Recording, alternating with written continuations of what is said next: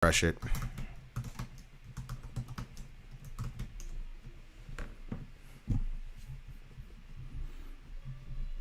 Ladies and gents.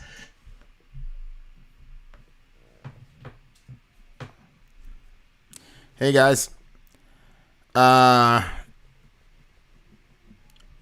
Is it still jumpy? It looks like can you put the volume back on?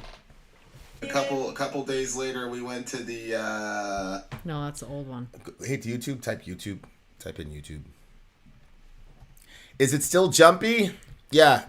G Mama, it's live. Is it still jumpy or are we in good shape? Just type in Vin and Sori there, babe. Let me know if it's jumpy or whatnot, guys. That's not it though, right? No, that one's there. It is where it says live now. That one. Click it. Yeah. Hit the edit button and put that other thing on there, por favor. I know what you mean. What edit button? The picture, the thumbnail. Oh, go back. You see where it says edit video? Yeah, and then just replace the thumbnail. Okay, looks like it's good now. So I switched that to 5G. These guys are taking hundreds of dollars away from us every time, bro. So they should have it ready. Holy moly! Shout out to Spectrum. All right.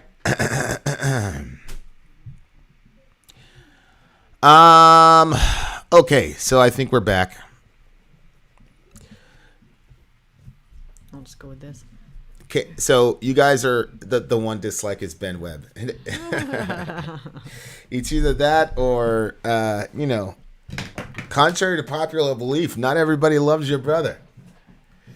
Not everybody loves your brother, contrary to popular belief. I do. So there's that. And this is not. I don't know if it's the computer. It's not doing all grayed out. There we go. Just hit dismiss. There you go. You got it? Okay, good.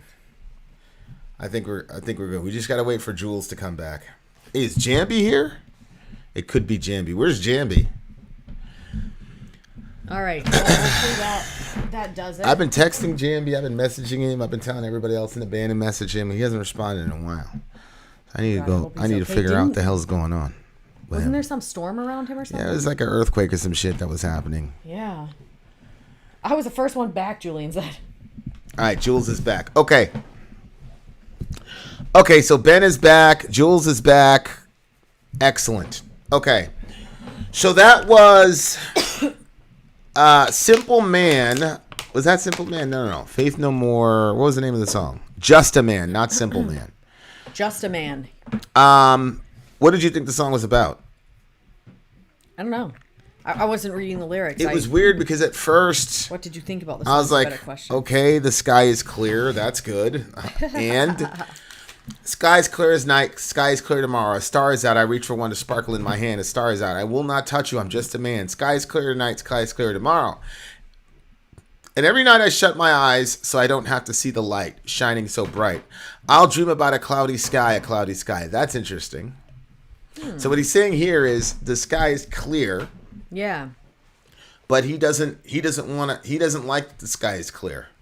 Right. He'll dream for a cloudy sky. He doesn't want his vision clear. See?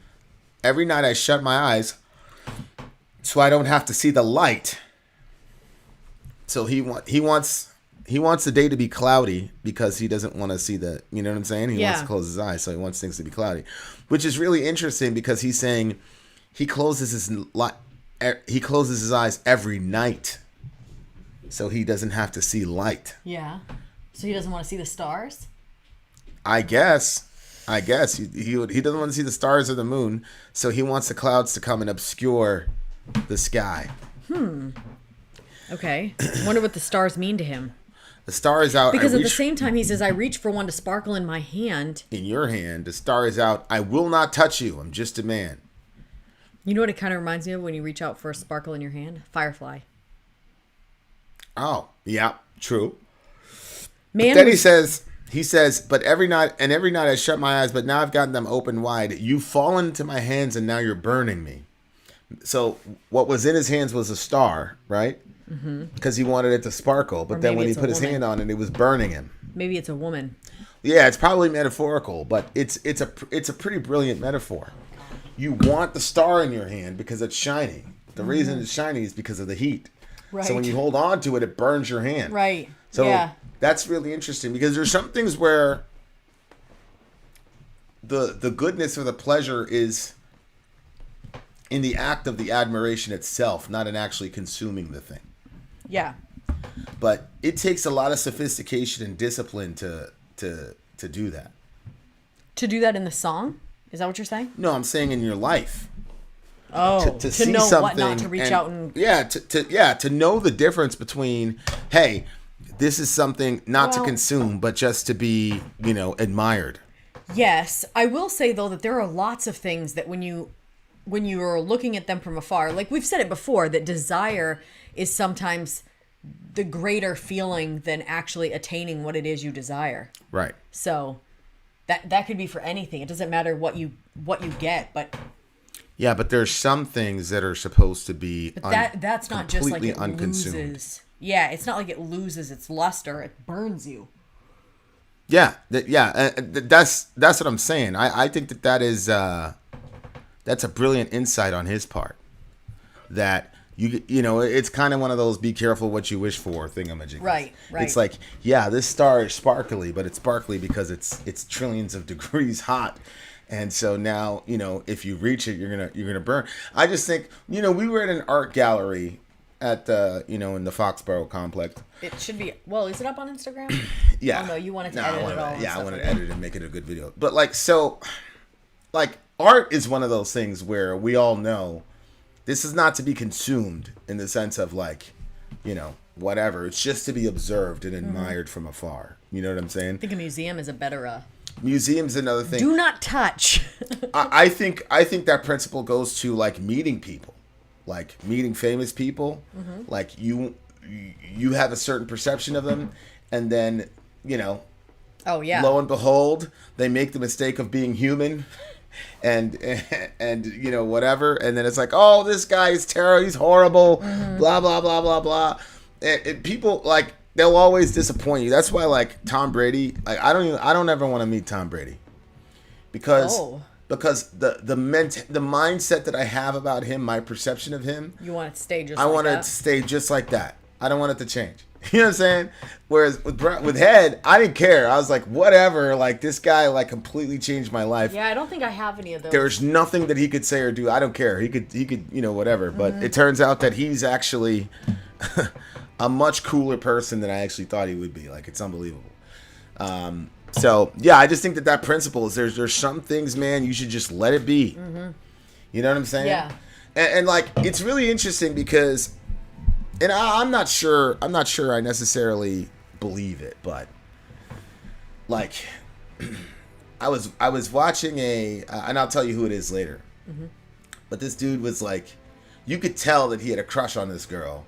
But he was married, and so he was saying, am I lusting after a flower because I admire the flower? You know what I'm saying? Yeah. And he was basically saying he's a very smart dude and he's very poetic. So it was basically a big giant, apology, not apology as in I'm sorry, but an apology as a defense for the whole look but don't touch thing, where he was saying, no, I'm not lusting after her. I'm just admiring her beauty. Oh God. And obviously from a biblical standpoint, you can't necessarily say that's wrong. Because Jesus didn't say, don't look at a woman. He says, if you look at a woman with lust in your heart. So if the guy is looking at the woman and he's just saying, holy smokes, God really did a good job with that girl. What do you do in that situation? I don't know. I feel very uncomfortable with that. I know you do, but what can you do about it? Because he's not, you know what I'm saying? Well, I guess my point is sense, is it possible for a man to enjoy the female form, which in my mind is the most beautiful thing in all creation? Is it possible to enjoy that without it being lustful? I don't know. Somebody you know else's what I'm saying? wife? Or someone that's not your spouse? Well, again, it doesn't say don't look at somebody else's wife. It just says don't covet. Like if a person says, I if a know. person says Soraya has like these really beautiful eyes, like I don't necessarily, I've trained myself basically not to say anything in the sense that you do have very beautiful, you have uncommonly striking eyes, and so God just said, well, he's just gonna, it's like the Muslims say about Muhammad. He was 50% of all beauty.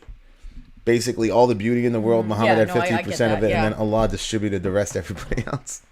So, like, I just think that there's a way to admire that without it necessarily being lustful. I remember the first time you and I talked about it, where I said, well, your beauty reflects, God's beauty as image bearer. But anyway, my point is, like, he wanted the star, he wanted to hold it, but I think the reason I'm having a giant about it is because Phoebe Harvey in the house. Hey!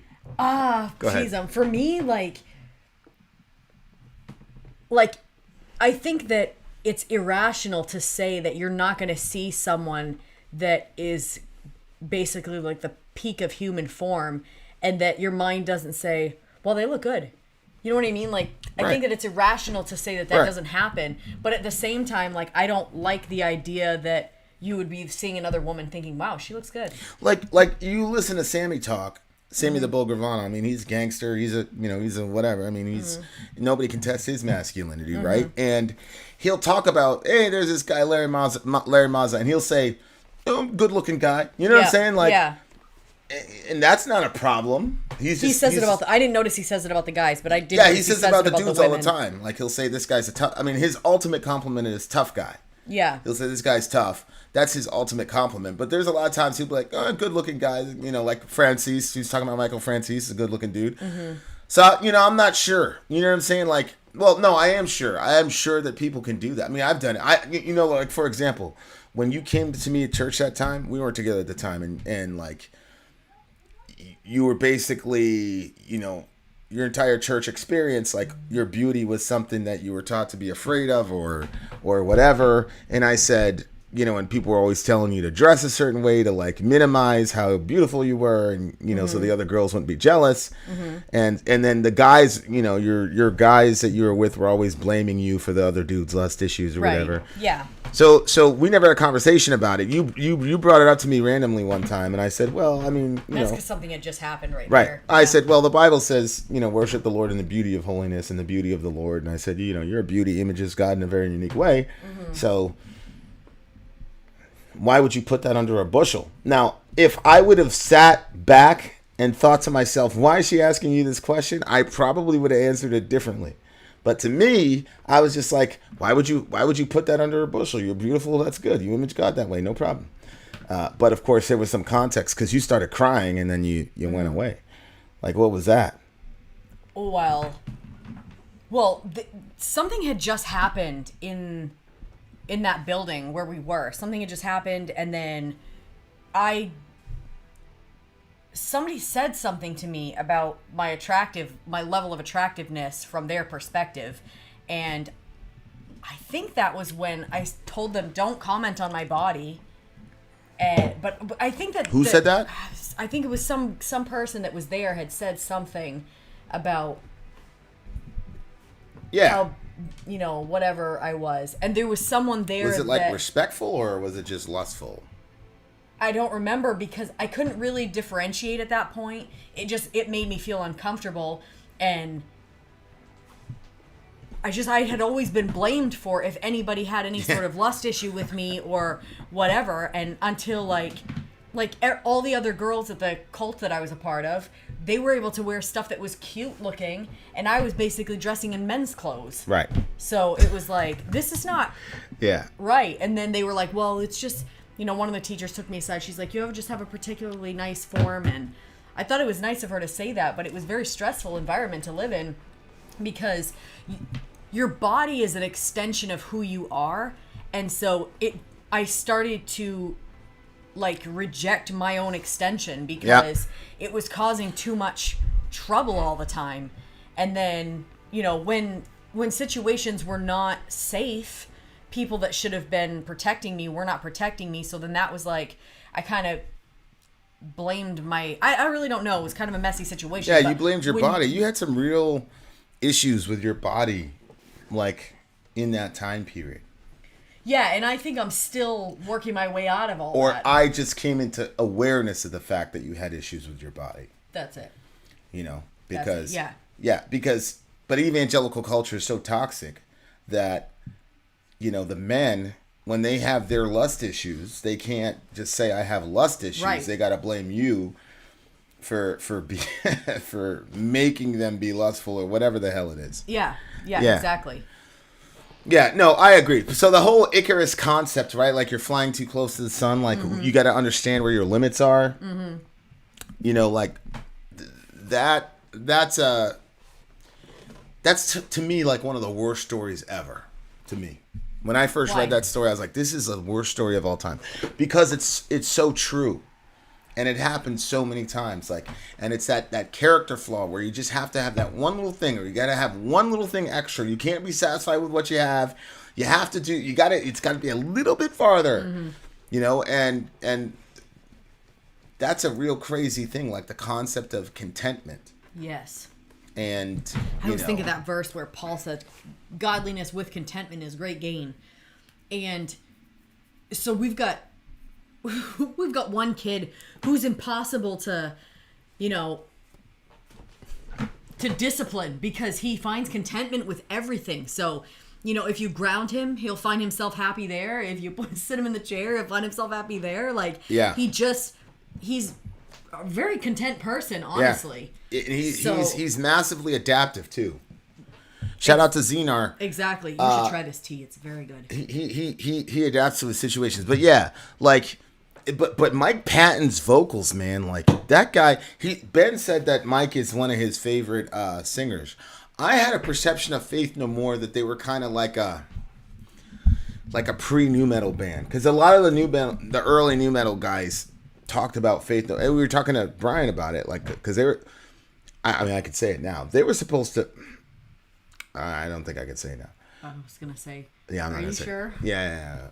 But yeah, I mean, they're a band that influenced, you know, bands like Korn and things like that. Mm-hmm. So I kind of had a perspective, but all the songs that we've reviewed from this band don't sound anything like that at all. And apparently, this Mike Patton guy is he's like a genius, like. And he just, you know, vocally, I wasn't expecting it, and it's kind of stayed that way. Unbelievable vocalist. So he got a 1.5 for the song just for that.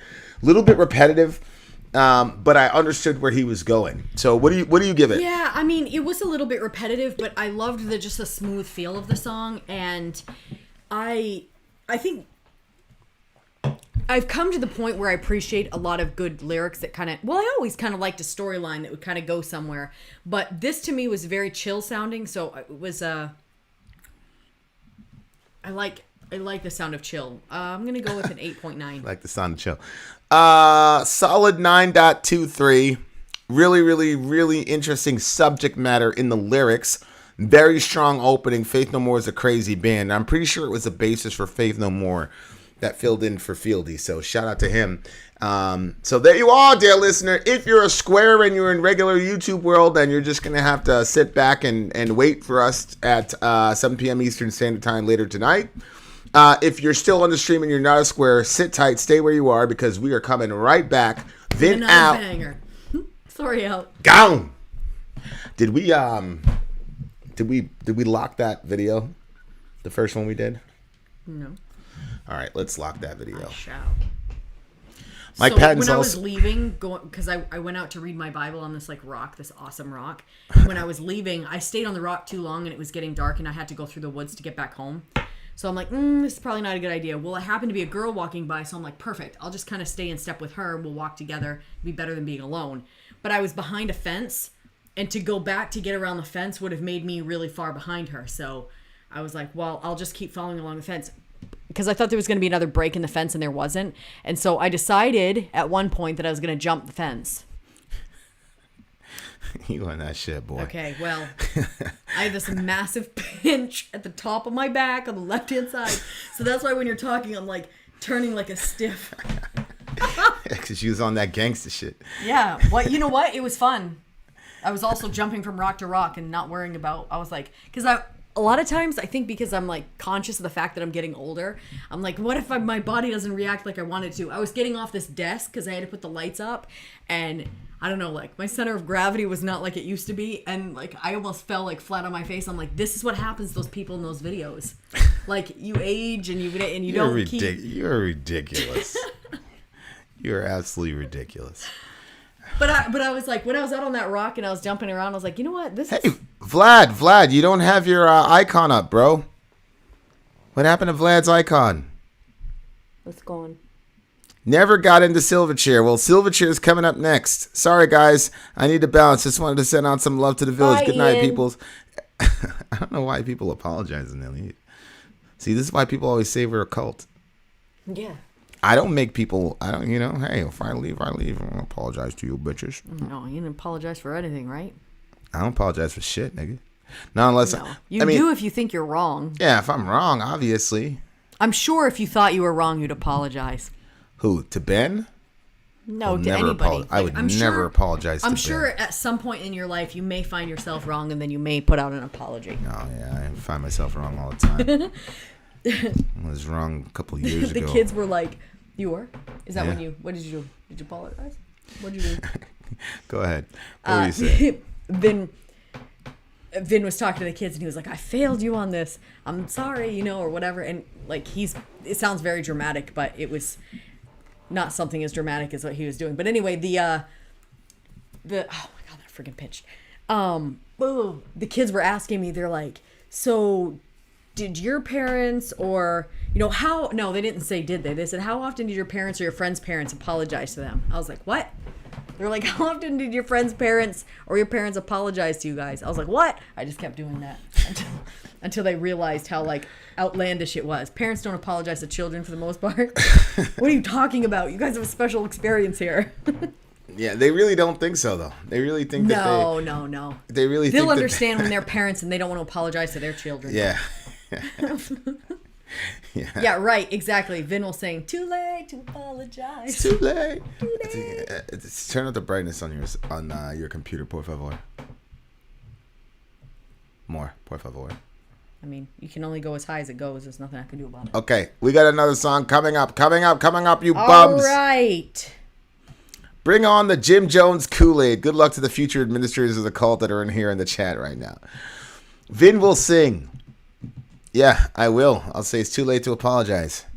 Gang, gang, gang. All right, guys, we are on the way back With another one, Evergrey-Solitude. with another banger from a band by the name of Evergrey. Is that the name of the band? Evergrey, right? Yeah. That's a very uplifting band name. Stand by, ladies and gents. You guys know the deal. Y'all know what's about to go down. Let's go. I'm Vin. I'm sorry. If you would like to get your song reviewed, dear listener, there's the filthy capitalist option. As Sori says, 125 gets you straight to the head of the line. You don't have to be a part of the alliance. You don't have to be part of the group. Wait a minute. And the biggest thing is you don't have to wait. You hop, skip, and jump right in front of everybody. 125 gets you there. You do that 3 times, and you get mashed down to the $75 rate for perpetuity. Yes! Also, there is a band review option. So if you've got a band and you're trying to get your band some exposure, hit me up at vinsori@gmail.com, and I'll show you the details about how to pull that off. You can also jump on Patreon, and there is a option on the tiers to be able to get your band reviewed. Yep. Obviously, we can't lie to you, so we can't guarantee a positive review. Get what you get. It's just rubbish. Rubbish. Rubbish. That's British for garbage. My favorite is the community option. $1 at the gate gets you in at Patreon. You get to join an alliance. The alliance joins their points together, and that helps determine what songs that we do. The alliances hang out on Discord.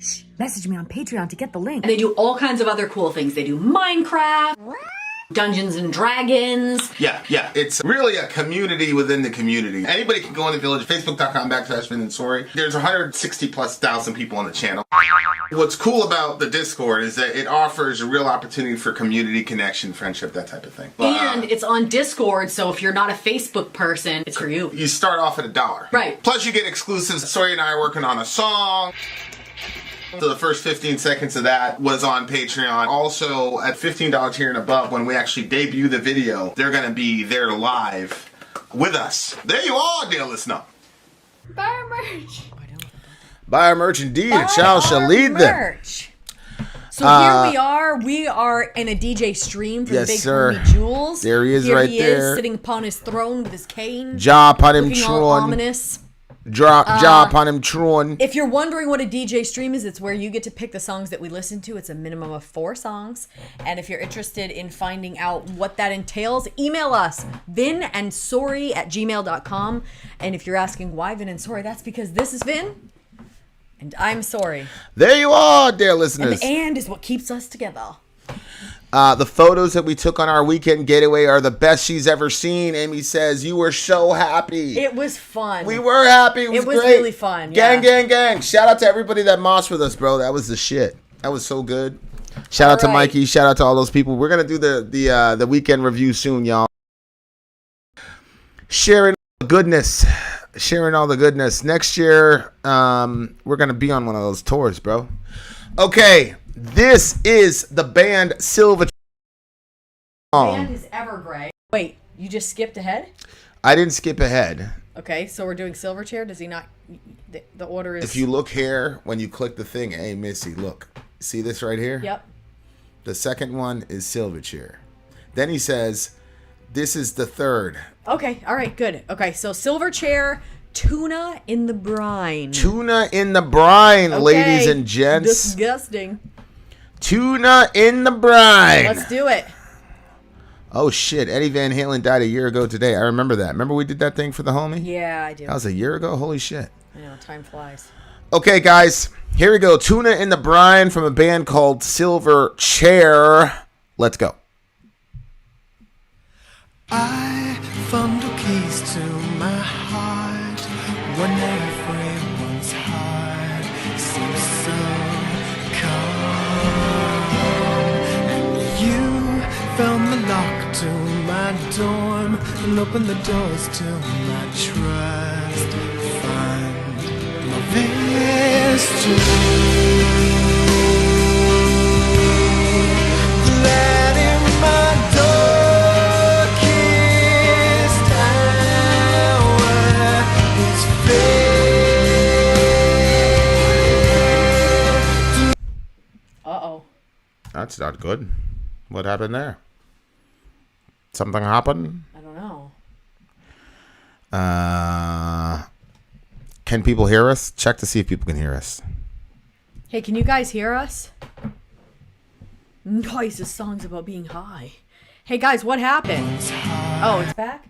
What's happening? It looks like it's a bad copy. It looks like. Okay, they said that they can hear us. What'd she say? Overshadow is... no, Rip said the audio is good. Ben said you broke it. Everybody's saying they can hear us. Can you guys... Is the song breaking up for you guys, or is it just breaking up on our end? Well, it's not breaking up. It just goes silent, like after the 1 minute mark. I'm just gonna get a different copy. Yeah, Amy Lee said the song is back and forth. So the thing is happening to them as well. We've got the worst luck in the world today. Vlad said to try a different version. Really, Vlad? Is that what you think we should do? Okay, guys, don't worry. We'll be back. Vin's going to download another version. Don't forget, is this supposed to be the remastered? What's supposed to be remastered? No. Who said that? He said that? No, the remastered is for the Evergrey one, but I forgot the order was a little... Okay. Man, you're just... Yeah, I know. What is wrong with you, bro?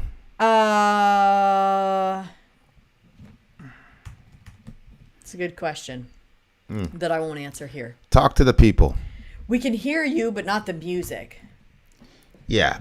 I got a bad copy, so I'm downloading another one. We're going to All start right. it again, bitches. We're going to start it again. I never heard this song, but I feel it was definitely around the early 2000s. Hold on. Here it comes back on. Where the hell is that? Oh my goodness, what's happening? What? Who's saying that? It's not a cult, it's a family, and that's why people apologize. Also, why there are people we may disagree and argue with, but ultimately love. That's true, Chris. Who said that? Who said That's two that? rubbish shots tonight. Chris said that because we were talking earlier about the. About the what? I am. Okay, I think I found a good copy, guys. We are not going to let this shit overcome us. We're the greatest sometimes where channel the in the world. mind just says, you know what, I'm working at 20% here. And you or yourself are like, this is not right. I need more than 20%. I can't do this. What are you talking about, Ross? I'm distracted, I think. Let's get back to it. Okay, well, I think the splosh will wake you up. The splash is until 4 hours. That's true. So you won't be able to wake up. Okay, guys, we're gonna redo this because we are not going to be defeated. Tuna in the brine, bitches. SilverChair lyrics. Let's go. Let's go. Nick, all I know is that ladies I knew around the early 2000s seemed to love this group. What, SilverChair? All right, Tuna in the brine, SilverChair. Let's go. I found the keys to my heart when everyone's heart seems so calm. And you found the lock to my dorm and opened the doors to my trust. Find my mystery. Let in my darkest hour is fair. Denounce me if anything good. So don't lose your heart. You'll miss it. And don't lose your heart. You have to take another pill, tell another lie, lie amongst your lies, like a shooter in the dark.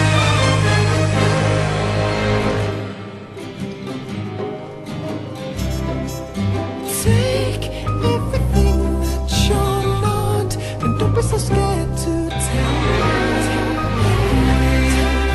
Tainted with evidence, 'cause you come along for the sun.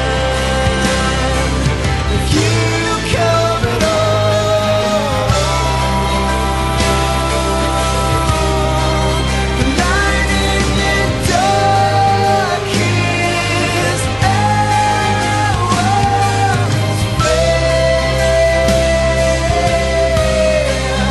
denies me of anything good. So don't lose your heart. You need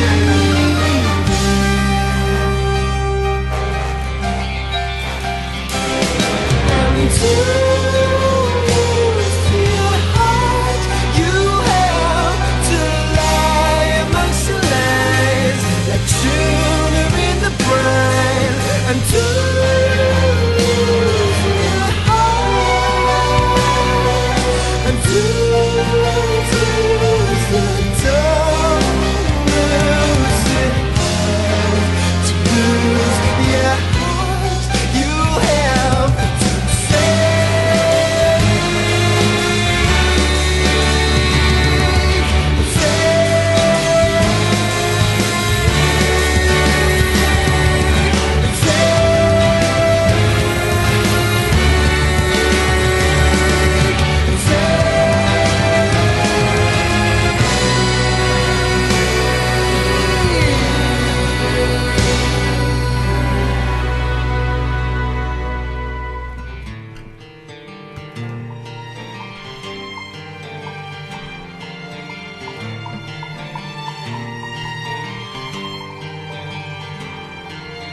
painting a lie, seeing the colors, but you seem closer to everything.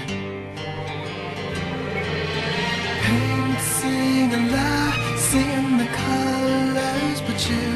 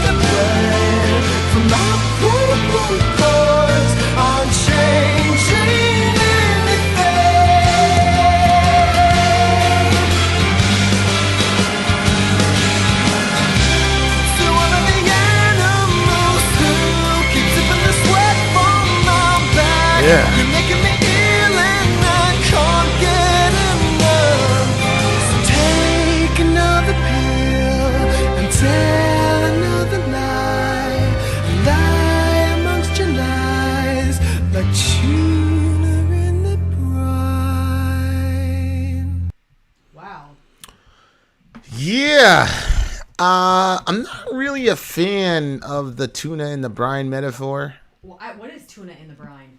Is there like little? Yeah, it's tuna fish, and then you open the can. That thing that it's in is the brine. Oh, yeah, okay. Yeah, and it's not very appealing when you open it and look at it. Well, I think that's the point of this song. Yeah, but I don't know.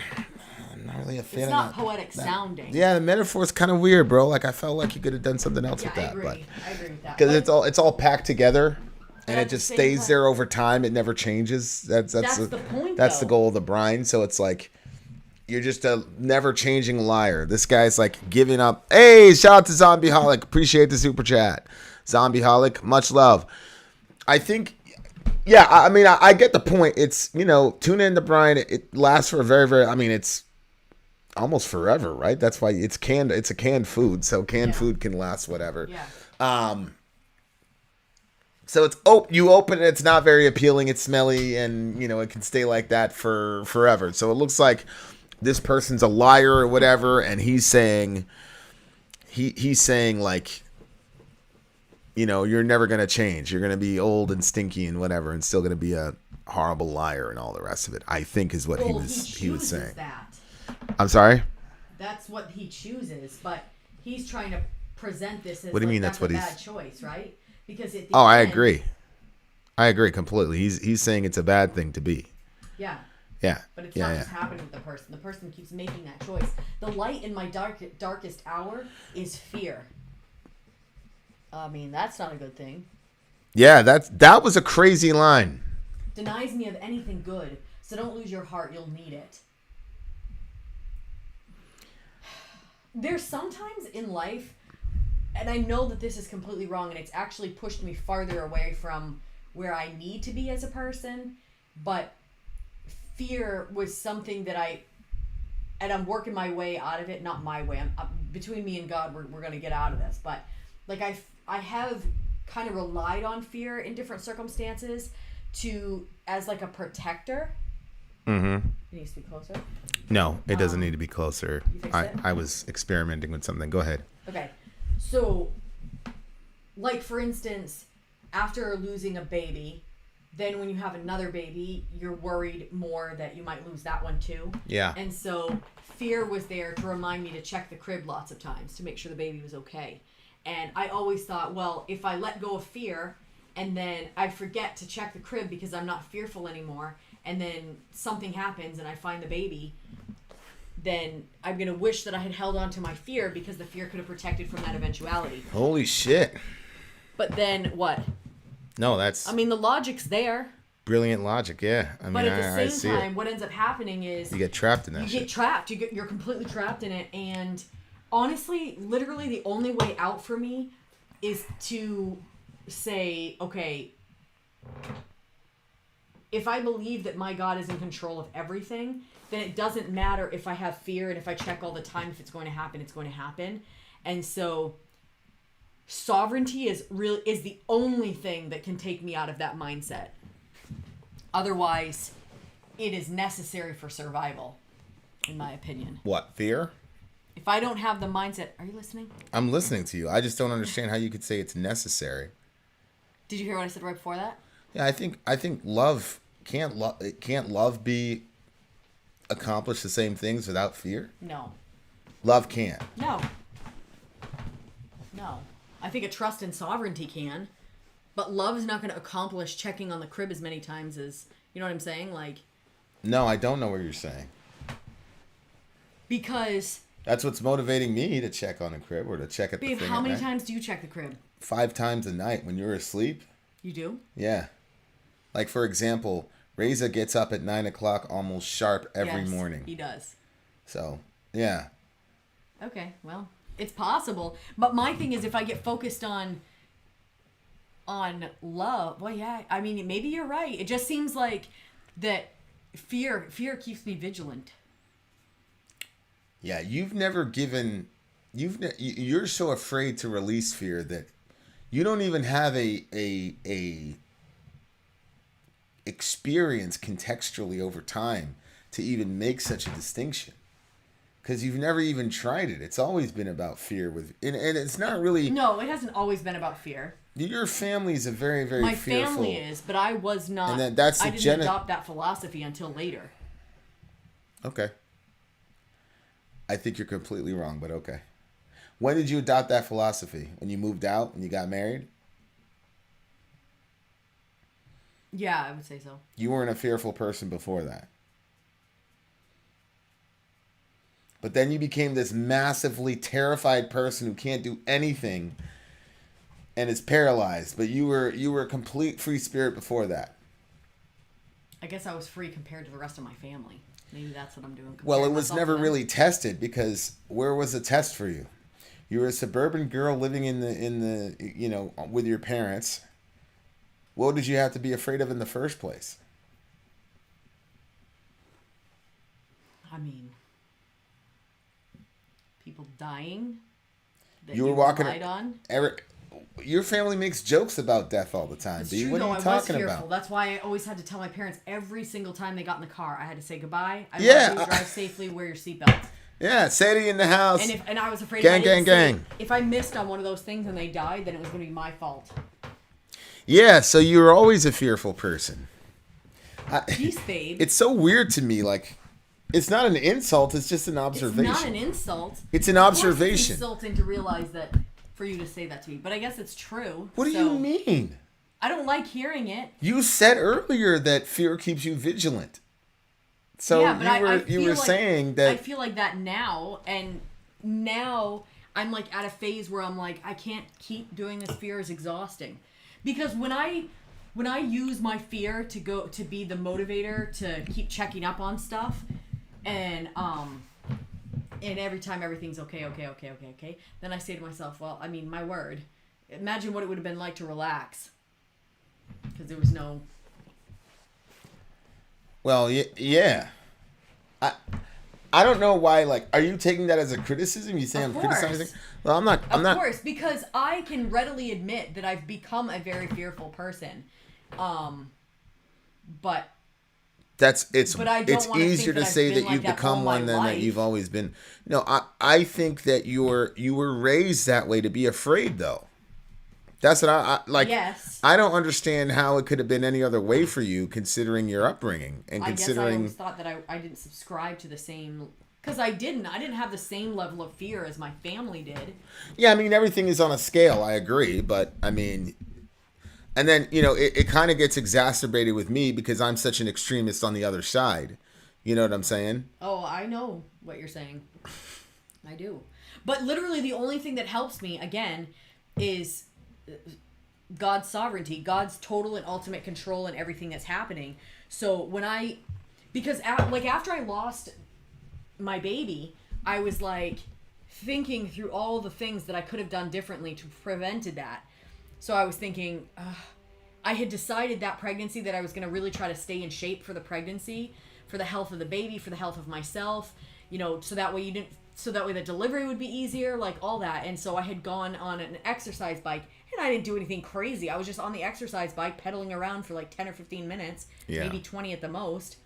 Yeah. And I had a phone call that at the time was extremely stressful, but now I look back and I'm like, that was nothing compared to. Yeah, and then you And so I was you like, blame but I was so blame stressed about it. you blame that person. That I was for like, it. if I wouldn't have had that phone call, like then maybe it wouldn't have happened. Like, But I think that it would be easier to blame that person for it than to blame myself for going on the exercise bike. Or to blame God. Because, I mean, that was ultimately his call, right? Yeah, but... You can't say that you trust... That makes it easier. Yeah, but you didn't blame God in that situation. You blamed the other person.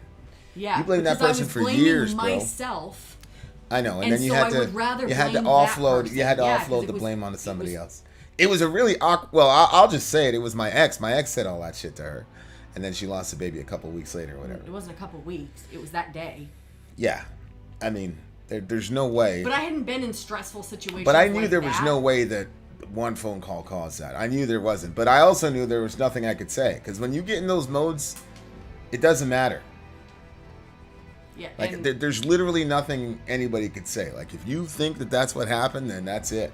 So it was a really awkward situation for me because I was trying to be your friend, but at the same time, like, you know, I was married to her, and here she's getting blamed for a murder, basically.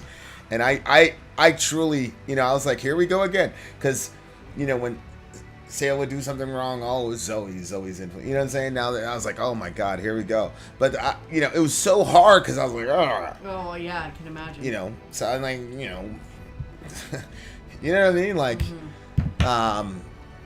but yeah, like, yeah, it was just, because I'm like, I've been through multiple births and gestational periods, and she'd been through massive stress. You know what I'm saying? And she was able to, you know, but it was just such a hard thing to do. But the residual effect of losing the child, like, it was a lot of fear for you after that. Because there wasn't a lot of support. It was a bad situation. But I started, once I was able to just say, okay, you know what, like, the phrase God gives and God takes away can sound so offensive. Mm-hmm. But at the same time, like, if you can adopt that philosophy and understand that, then it's like, well, I mean, there are some things that it's not anybody's fault. It's right. That this is what was supposed to happen. Well, I mean, that's why I said God's, like, I forgot. Oh, I was talking to Amy, actually. It was actually after the corn show, and we were talking about, like, you know, tragedies or whatever, and she was talking about, you know, blame or whatever. And I said,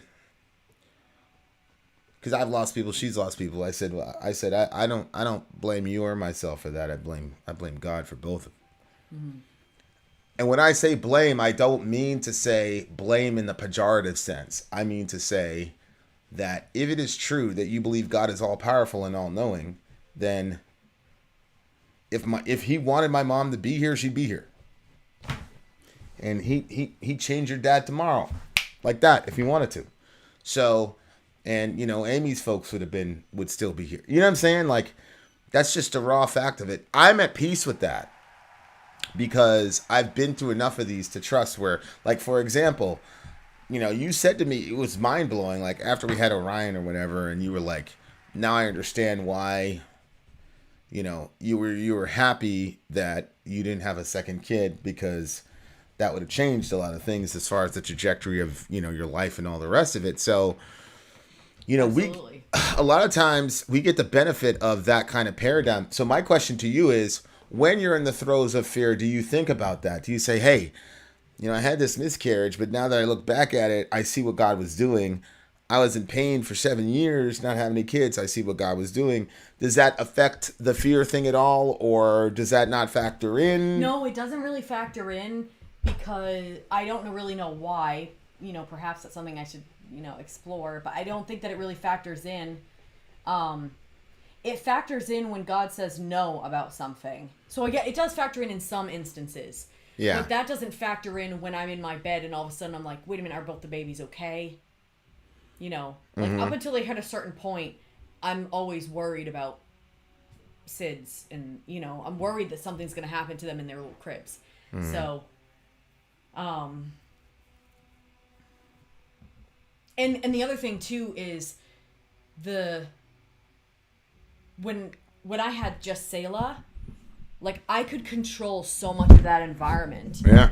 And I knew that when I put her to bed, I knew what was in her crib. I knew what was around her room. Yeah. I knew it was, you know what I mean? And like now it's like there's so many people in our family. You don't know when somebody's going to alter the environment and you didn't realize it. So all of a sudden I start thinking about it and I'm like, I hope that, somebody didn't, leave an elastic in the baby's bed or leave it, you know what I'm saying? Like,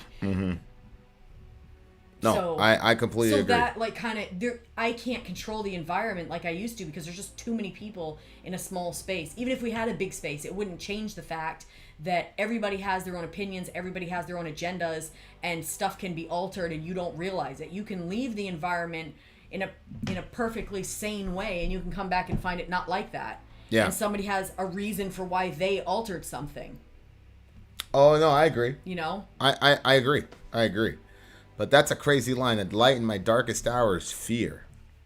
Yikes. And that's the thing. It's like Hey, there's here's that Ben. verse that talks about that light. If the light in you is dark, then that darkness is like how great really, is that really darkness? big and great. And I think that it's like that. So if the light that's in your darkest hour is fear, you are full of so much darkness, and you are living in so much darkness that. And he says it. He knows it. He says the light in my darkest hour is fear. All right, stop. Denies me of anything good. Give me a second. Ben. Okay, you got to go for that, bro. If you're an admin, do me a favor and block Ben. Goth Mama, put him on a timeout for the rest of the night. You're gone, Ben. Holy shit. What the fuck is wrong with you? So here's Ben. On a physical level, come on, bro. That wasn't right, man.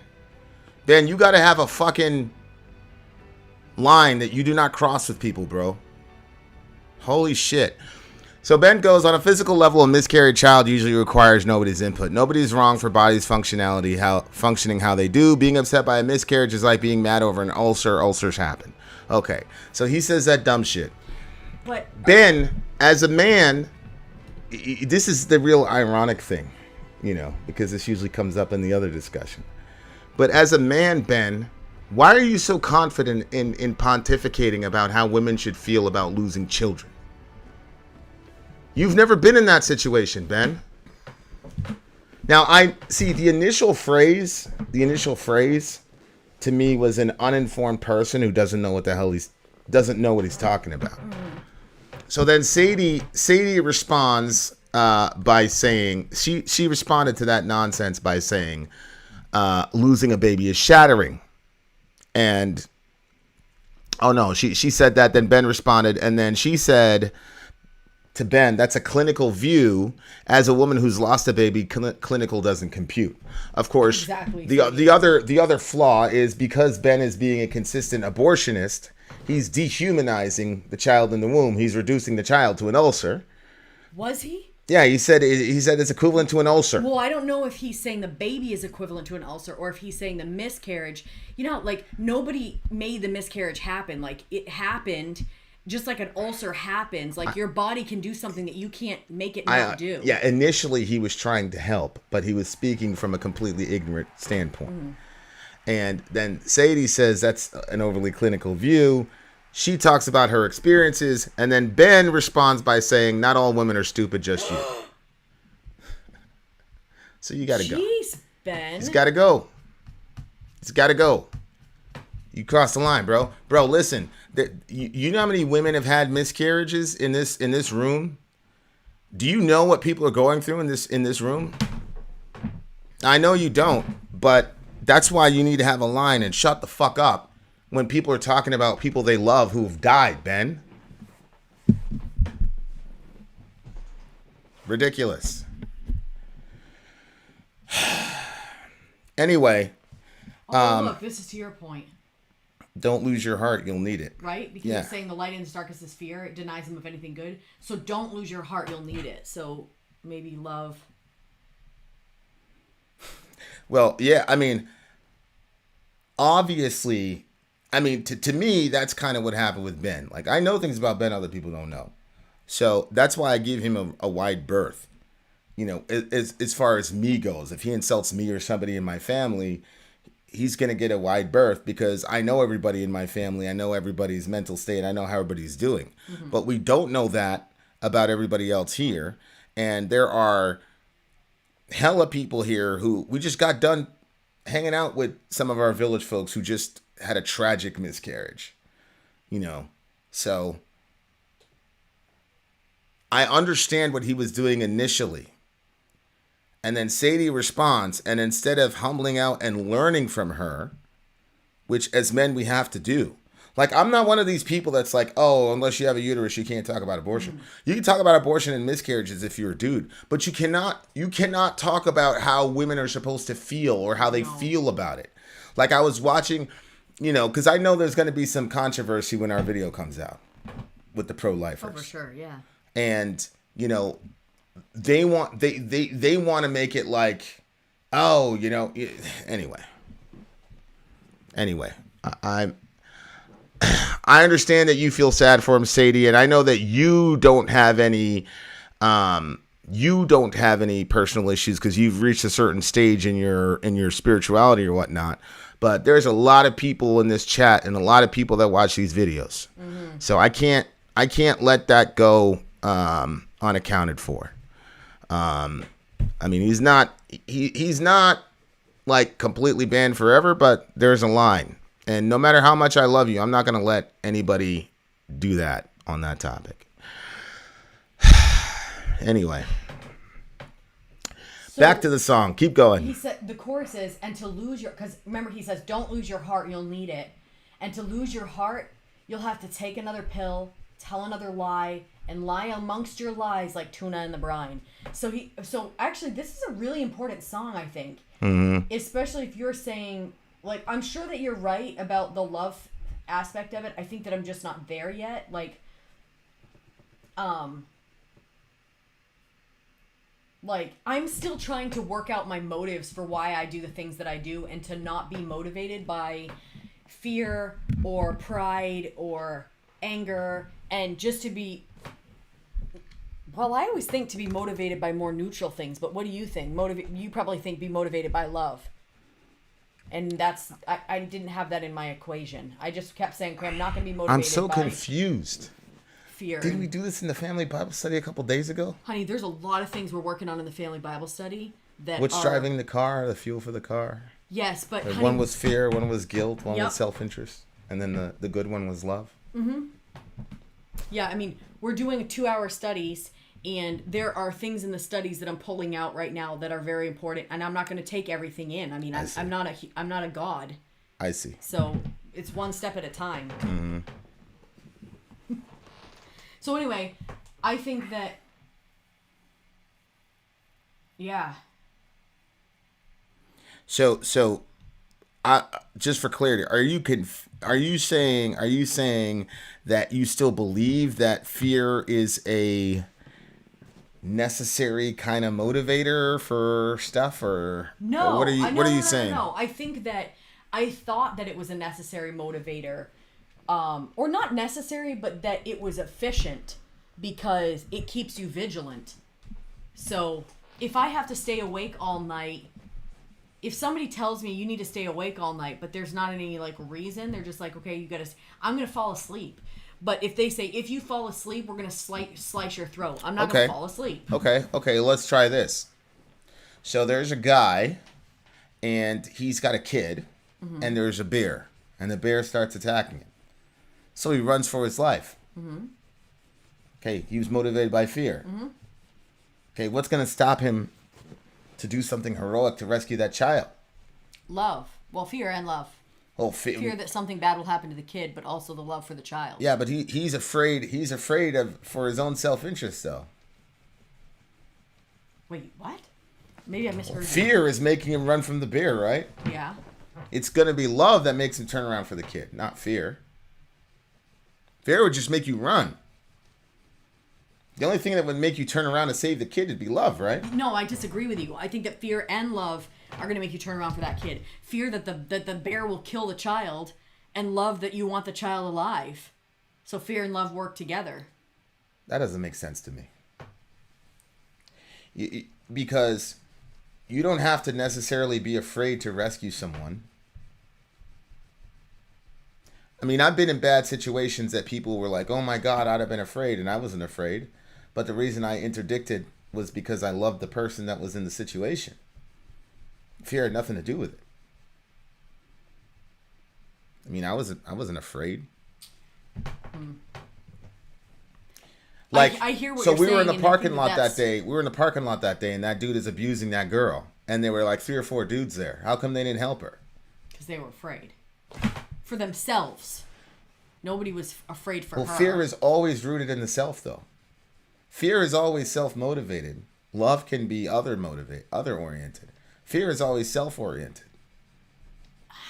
Are you sure?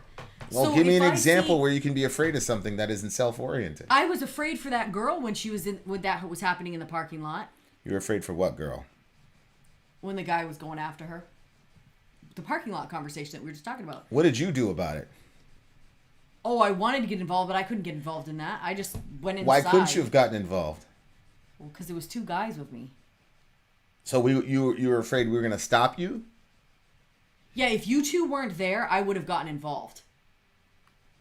Make the face that you want to make. And I know that that's, according to you, the wrong plan, but... What do you mean, according to me, the wrong plan? According to you, it's the wrong plan. But if you were me, I don't think that you would just walk away from a situation where you saw somebody who's... So that was the first time in your entire life you've seen something like that happen? I've never been alone when that happened. There's always been other men there. And you never did anything? Right, because I know they're not going to let me Okay, go, but if it go was into that. Sayla, would you just not do something even if the men didn't do anything? No. Okay, so what's the difference there? Love, I guess. Ta-da! Or greater fear that it's my kid. No, it's obviously it's because it's your kid and you love her. Right? When it's not your kid, you're not going to go over there. And you're obviously doing some arithmetic like, this is a dude, I'm a woman, yada, yada, yada. Mm-hmm. So fear, God was so afraid that he gave his only begotten son that whoever believes in him. No, of course not. I know that sounds silly, but... I didn't say it sounds silly. It sounds, but you're no, laughing, so... it makes hella sense. But what I'm saying is, as Christians, where are you getting this idea that fear should motivate us to do good stuff? Where is that? Look, I can give you all the right answers. No, I'm asking. But I don't want to give you right answers. I want to give you what's actually going on in my head. And what's actually going on in my head is that I know that the Bible says that love is the great motivator, but I feel like love and fear can work together. Like, if, well, actually, that was a negative example I was going to say. I was going to go with the when the kid went after Dorian and then you got like that, like you wanted to protect him. Fear and love were there, but the fear was motivating you toward sinful behaviors, I would say. When? Okay, all right, this is it. Here it is. What are you talking about? When that kid went after Dorian with the stick and there was that whole altercation. Oh, no, that wasn't fear at all. I wasn't afraid. You weren't afraid for Dorian? No. The guy took a stick after him because because that tells me that he knew that Dorian would have put him in the blender. No, that wasn't fear at all. That was, okay, motherfucker. And trust, did I look afraid when I was going over there to them boys? No, I'm saying fear that something would have happened to him and you weren't there to stop it and protect him. No, that wasn't fear. I was just straight. I was very, I mean, it wasn't good either. Just for clarity. No, I know it wasn't good. I don't think I love people. I love them intensely, and for me, the highest expression of love is that I would be willing to fight for you. Mm-hmm. I'd be willing to kill for you. I'd be willing to die for you. That's because that's where I come from. Mm-hmm. It's not right. I mean, a hug is much better than that, but that's where I come from. So I saw all that shit happen to him or whatever, and I was like, okay. And then the other thing was, I go in there and I see all these big dudes that are bigger than him. I'm like, what a bunch of pussies. These guys, you're like, Dorian's taller than me, and these kids are like 3 or 4 inches on Dorian. Yeah. And they're not like, they're like 18 to 21 or whatever. So when I saw how big they were, I'm like, are you kidding me? Like, you guys were that soft? Like, you were bigger than my son, had like 50 pounds on him. You had to pick up a stick. Okay, I was going to wreck shop. Mm-hmm. But that had nothing to do with fear. I was afraid 2 or 3 days later after, because I said, holy shit, what would have happened if, yada, yada, yada. And the big thing, I wasn't worried about the legal thing. I was worried about Dorian seeing me in that. Yeah. Do that. Because that's something that I'm glad that I always had to take trips and I had to be like far, far, far away. When I was, I always think to after everything, I'd always be like, damn, I'm so happy that nobody's that I really love is seeing me do all this shit. So, yeah, I don't, because I think my perspective is so extreme because I've been in these like crazy life or death type situations. But I've just never seen fear accomplish anything positive over time. Oh, I would agree with that. It's weird because it still appears though that you think that it's necessary for vigilance. No, I don't think it's no, I don't think that it's necessary for vigilance, but I think that, and I'm kind of, it's probably seeming all over the place because I haven't put a whole lot of thought onto the fear aspect. Yeah. Because I've been dealing with more like blame and guilt and all that kind of stuff. Yeah, there's a lot. Like honestly though, like being in the village and being around these folks and hearing the criticisms of Christianity that when I was in church or whatever, you're taught to rebut them. You're not actually taught to listen to people's problems with Christianity. You're just taught to defend and rebut them. And so when I first came to, we started the village or whatever 3 years ago, we started getting this influx of atheists, and they were all talking about fear and religion and all the rest of it. I'm like, what the hell are these people talking about? Because that has never been my experience. You know what I'm saying, with God and religion. I wasn't taught like not the way that you and your family. And I don't really believe that it's a Christian thing as much as something particular to your family. Your family is extremely fearful and extremely neurotic when it comes. I'm not saying it to be insulting. I'm just saying like the stuff that you say and the stuff that you guys are used to is like not normal at all in any culture. And I've been around a few of them. Like the shit that, it's different. So I can't really like attribute that to religion as much as it is the particularities of your upbringing. I would agree with that. I would totally agree with that. Because I don't see anything, if we're talking about what's in the Bible, I don't see there's anything in the Bible that encourages fear-based motivation. Secondly, the only fear-based motivation that we were taught that was seemingly biblical was, lose yourself. You could lose your salvation, or you could land in hell, or you could be the cause of someone else going to hell. Right. All of those, that don't have their basis in the scriptures, that was something that we were taught to be or to feel. And that was supposed to be kind of your motivator. But obviously love was there too. This time I was timed out for not feeling how someone thinks I should feel. I'm not mad, but I think it sets a precedence I dislike for future streams and how it could affect others. It's ridiculous. No, Ben, you're ridiculous. And Ben, it was completely insensitive. At some point, Ben, you have to grow the fuck up. You're not the only person on the planet. Number 2, I don't give a fuck how you feel, Ben, about her miscarriage, Sori's miscarriage, or anybody's miscarriage. I don't care how you feel about that. Ben, you've said things to me about life and things like that hurt you, and I listen to you. I don't respond with my silly ass opinion. I don't give a fuck how you feel. The problem is, Ben, is we got people in this room who you know nothing about. You have no idea about their histories. You have no idea about what they've been dealing with currently. And you went off and said some dumb shit like that. That is my problem. I'm not even worried so much about Sadie because Sadie is she's obviously an evolved person who's done a lot of work on herself. So I'm not worried about her. But I know people in this chat who've recently lost children. Ben. So that's my problem. I don't have a problem with you feeling a certain way. I have a problem, though, with you saying things like that and you not being able to have the capacity to understand when to speak and when to shut the fuck up. That's my problem. I don't have a problem with how you feel. You can't control how you feel.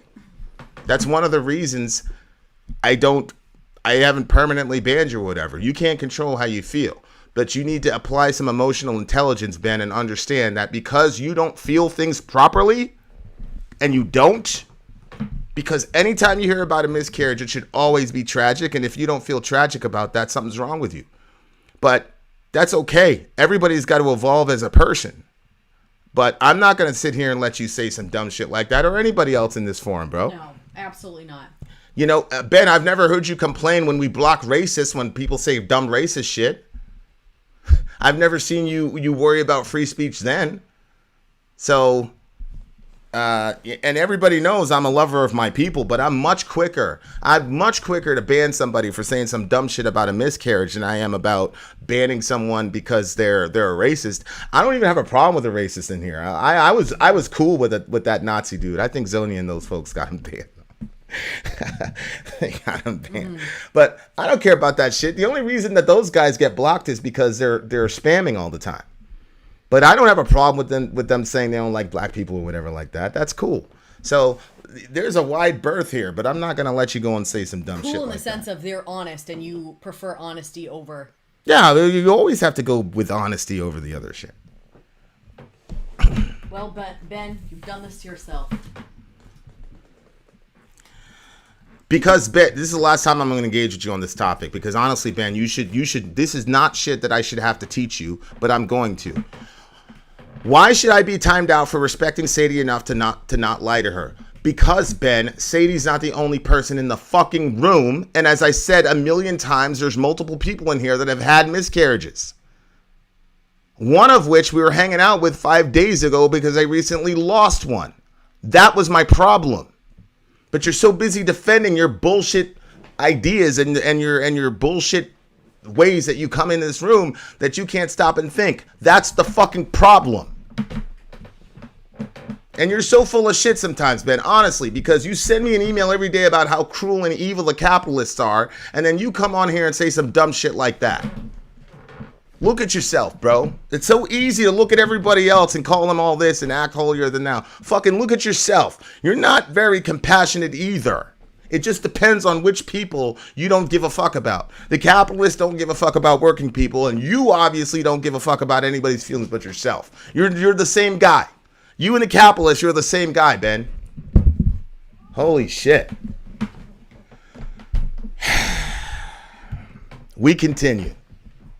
Like tuna in the brine. I do like the line, though. The light in your darkest hour is fear, and it denies me of anything good. See, that's my thing. I have selfish reasons for being a love-oriented person, not a fear-oriented person. Love-oriented people have a lot more fun.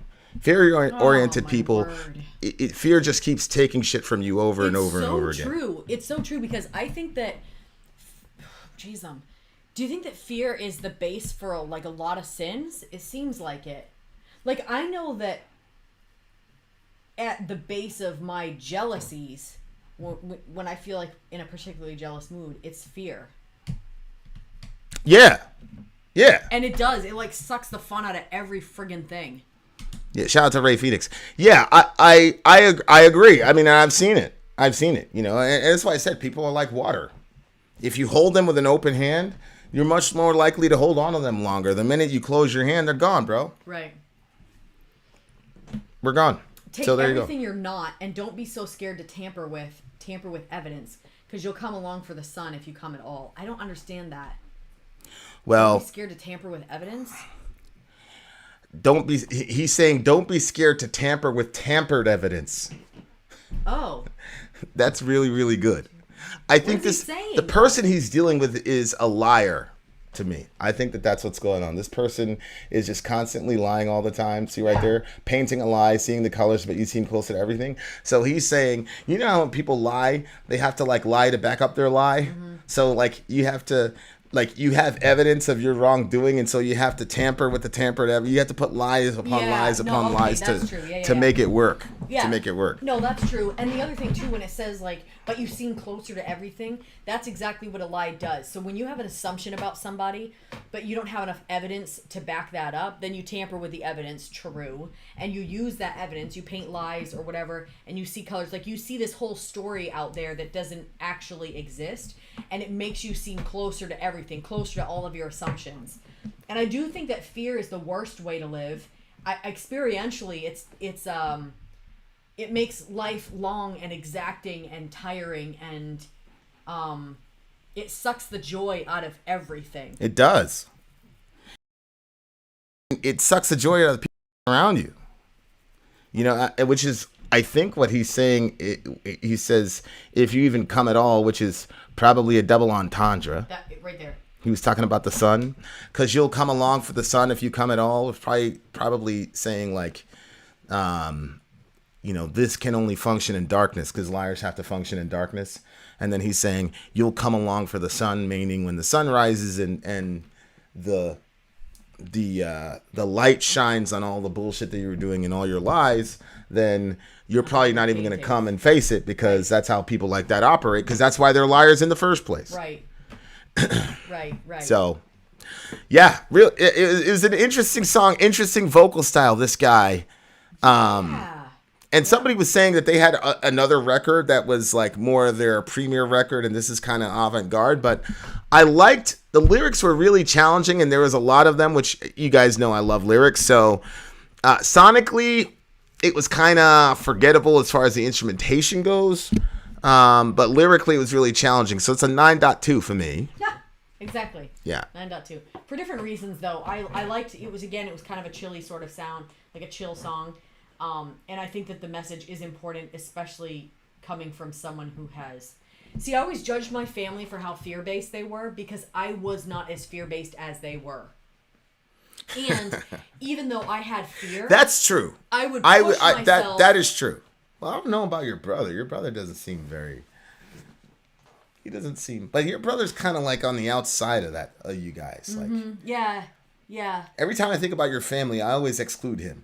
Yeah, he's like a But that's because he excludes himself. Right, he does. Shout out to the homie. He's a smart man for you. Yeah. But, yeah, okay, so I can't remember what I was going to say. But I think we do have to find... Well, the Bible says perfect love casts out fear, and that fear has torment. So that means that fear and love do not work together, and that it has to be one or the other. And I don't want to make decisions or live by fear. I do want to live by love. And I think that if I look to certain circumstances in my life where I was particularly troubled, and I say, oh, what could I have done to be more loving in that situation, and to have had a more loving judgment call on the situation, sure, and a more loving response, I think that I could have, ameliorated a lot of pain. Yeah, I mean... But I chose to slip into the brine. Just like how, we were talking about that neurotically, that the anticipation of pleasure is actually more pleasurable than the pleasure itself. Mm-hmm. I think it works the other way with fear. I think the anticipation of fear is actually more taxing than the actual thing, even if it were to come true in the first place. Oh, yeah, 100%. And that's what I was saying, was my parents and my family and a lot of people around me kind of like were motivated by fear, and I didn't want to be like that, and so I would push myself past the fear and find that it was much smaller than was expected on the other side. But then when you stop pushing yourself past fear to see if it really is all that bad, then fear becomes just this giant thing that you can't get around, and it will stop you. It's weird because fear will start taking over everything. It's a completely greedy thing. So abandon it. Abandon ship. Anyway, 9.2. 9. I'll give it a 9. I'll give it a 9. Switch your number? Yeah, I'll give it a 9. See what I did here? Oh, is that a frown? Yep. That fucking guy. Hey, give me patience, Lord. Please. Lord. Help us, Lord. Give him more love. There you are, dear listener. Vin out. Sori out. Gone. Okay. God almighty. Yeah, Vlad, anxiety is a hell of a thing, bro. It really, really is. Oh, God. And it's something that's generational in my family. And I don't know if it's genetic or epigenetic, internal or external, like, what happens. And everybody has different ways of managing anxiety. Mm-hmm. I just think for me, like, my thing is, like, if I feel that creeping up on me, like, I take it as a challenge. So I take it as like, oh, okay, this thing is testing you, so like we're gonna go to war on this shit right now. Mm-hmm. So I look at it as a challenge. So for me, I'm just this by way of confession. I think I'm not very good at when people are having anxiety. I'm not very supportive. I don't think, because I'm I probably... Resent the fact. It depends. Like, you get anxious over the kids. I'm like, well, she's a mom, and so, that's cool, because the other one never got anxious over the kids. Mm-hmm. So, I like that. But, like, if it's something where it's, like, for no reason or whatever, or just plain just fear, and if I perceive that you're not fighting it, or if I assume that you're not fighting it, that you're just surrendering to it, then I get upset at you. Yeah. But if it's like something to me like the kids or something like that, and I go, well, that's like normal mom stuff. But like there's a whole bunch of other things where there's all this anxiety. I'm like, what? I get that upsets me, because I probably think like, oh, that's gonna ruin the whole day or whatever. But a lot of it is just, why can't you fight against it type of thing? And it's not just you. Like, Dorian's very, very fearful. Like, you can talk about Florida. He's like, what about that? Like, every day he's coming to me, and I'm like, come on, bro. Like, really? Like, come on. I have an extremely hard time with it. I think that, dealing with, like, being around you when I'm feeling anxious or whatever, I actually think that you've been actually really good in those situations. Really? Yeah, I feel like you've been a real source of comfort in those situations. There are times where you're not, but for some reason I can't even bring up the circumstances in my head. It's just a feeling that I have, knowing that sometimes when I was anxious it didn't go well, and that's when you'd be like, we could be,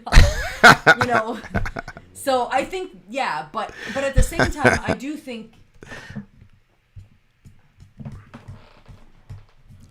Yeah, I think that sometimes people need to be reminded that there is another way, because I think that there are some people that want to make their lives difficult. Like they just want to be miserable. Like they've decided that misery is what they want, and so it doesn't matter what they get. They're going to find some reason to make it miserable. Well, is it that they decided misery is what they want, or have they given up on any hope of not being miserable? Because that's not the same thing. No, that was category 1, was people that have decided that they're just going with it.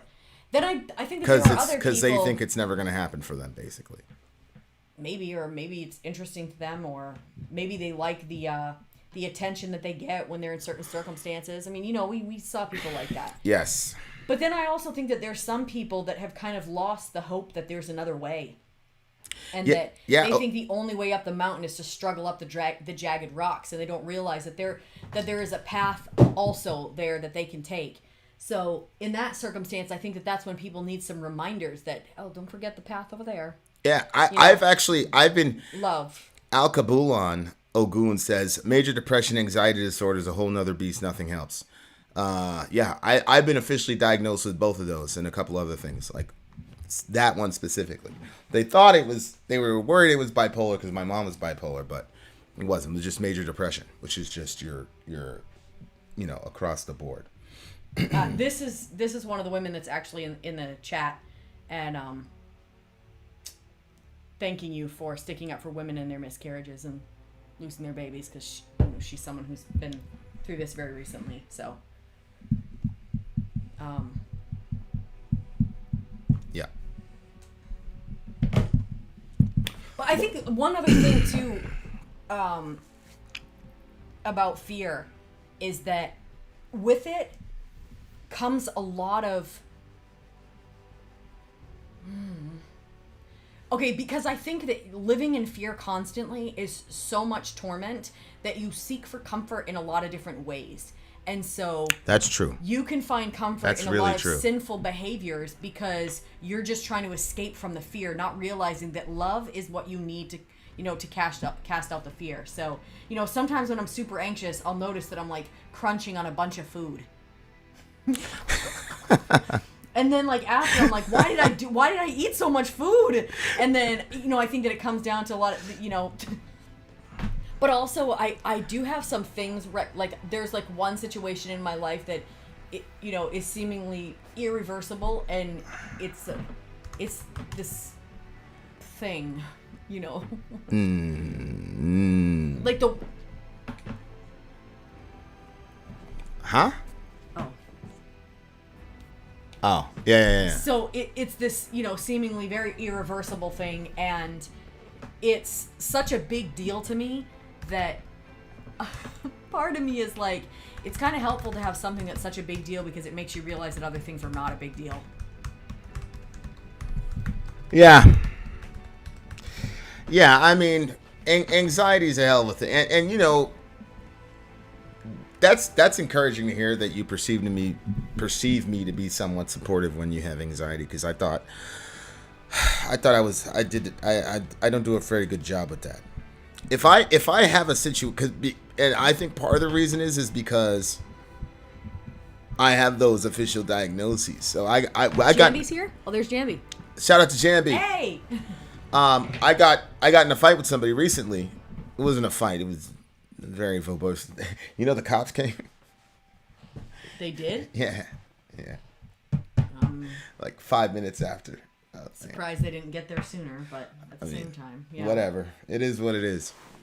So I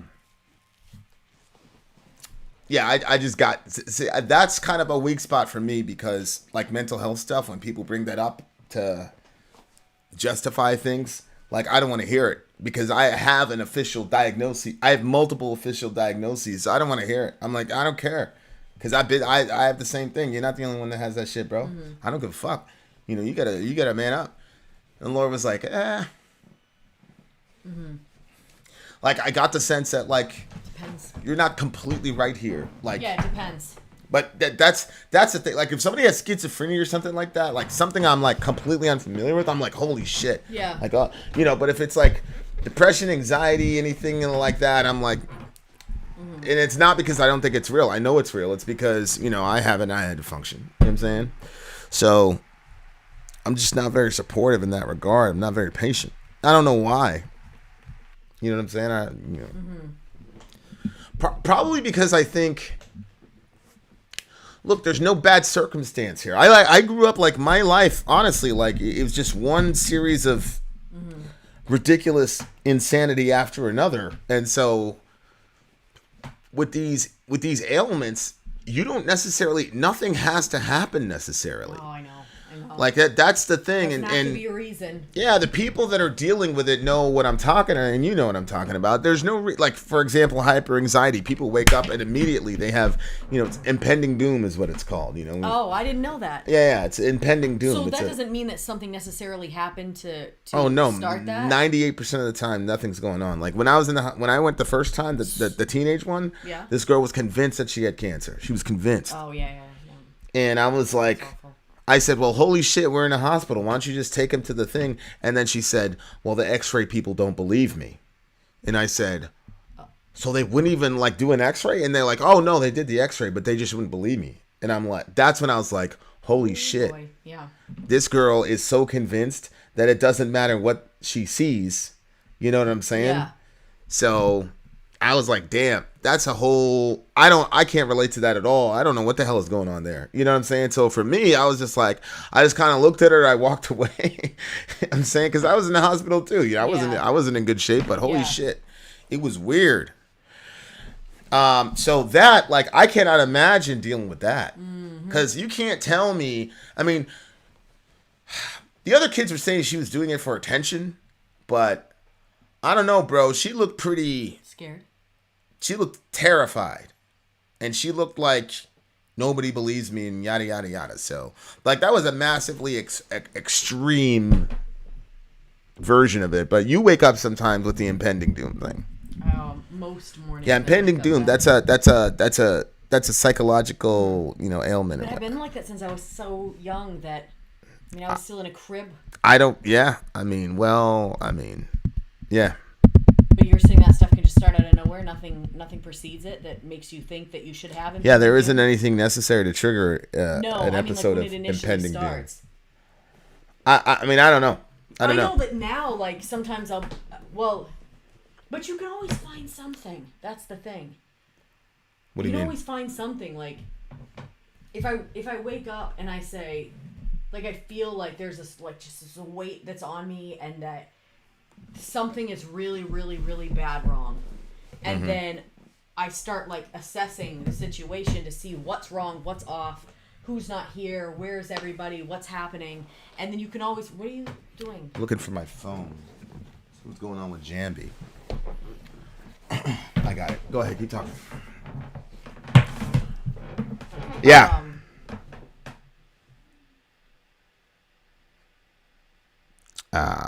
Okay. Oh God. Gotcha. Yes, impending dupe. Man, our folks are beat up today, huh? Yeah. That's all right. That's why we're here. We good. Okay, guys, we got another song coming pretty soon. Stand by. You guys know the drill. Commercials here. Ben, I still love you. Always will, bro. I just want you to love other people well. That's all. All right, guys, we're coming right back at the other side of this commercial. Let's go. I'm Vin. I'm sorry. If you would like to get your song reviewed, dear listener, there's the Filthy Capitalist option. As Sori says, 125 gets you straight to the head of the line. You don't have to be a part of the alliance. You don't have to be part of the group. Wait a minute. And the biggest thing is you don't have to wait. You hop, skip, and jump right in front of everybody. 125 gets you there. You do that 3 times, and then get mashed down to the $75 rate for perpetuity. Yes! Also, there is a band review option. So if you've got a band and you're trying to get your band some exposure, hit me up at vinsori@gmail.com, and I'll show you the details about how to pull that off. You can also jump on Patreon, and there is a option on the tiers to be able to get your band reviewed. Yep. Obviously, we can't lie to you, so we can't guarantee a positive review. Get what you get. It's just rubbish. Rubbish. Rubbish. That's British for garbage. My favorite is the community option. $1 at the gate gets you in at Patreon. You get to join an alliance. The alliance joins their points together, and that helps determine what songs that we do. The alliances hang out on Discord. Message me on Patreon to get the link. And they do all kinds of other cool things. They do Minecraft, Dungeons and Dragons. Yeah. It's really a community within the community. Anybody can go in the village, facebook.com/Vin and Sori. There's 160,000+ people on the channel.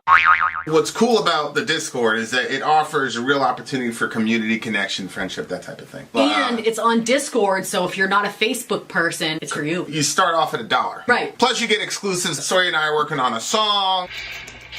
So the first 15 seconds of that was on Patreon. Also, at $15 tier and above, when we actually debut the video, they're going to be there live with us. There you are, dear listener. Buy our merch.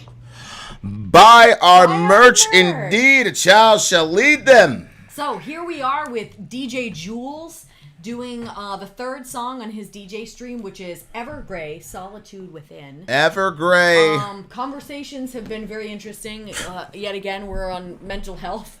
I feel like mental health is a problem in our world these days. Like, because of COVID lockdowns and stuff's just getting real for everybody. Yep. So I think that all of us have kind of had issues before, but it kind of exacerbates it when you're in certain situations. And so we're here with you guys. Glad you guys are here with us. It's Gang. been really good for us too to be able to open up the stream, and so our information is going out and you guys are coming in, and so we get to hang out. It's very healthy for all of us.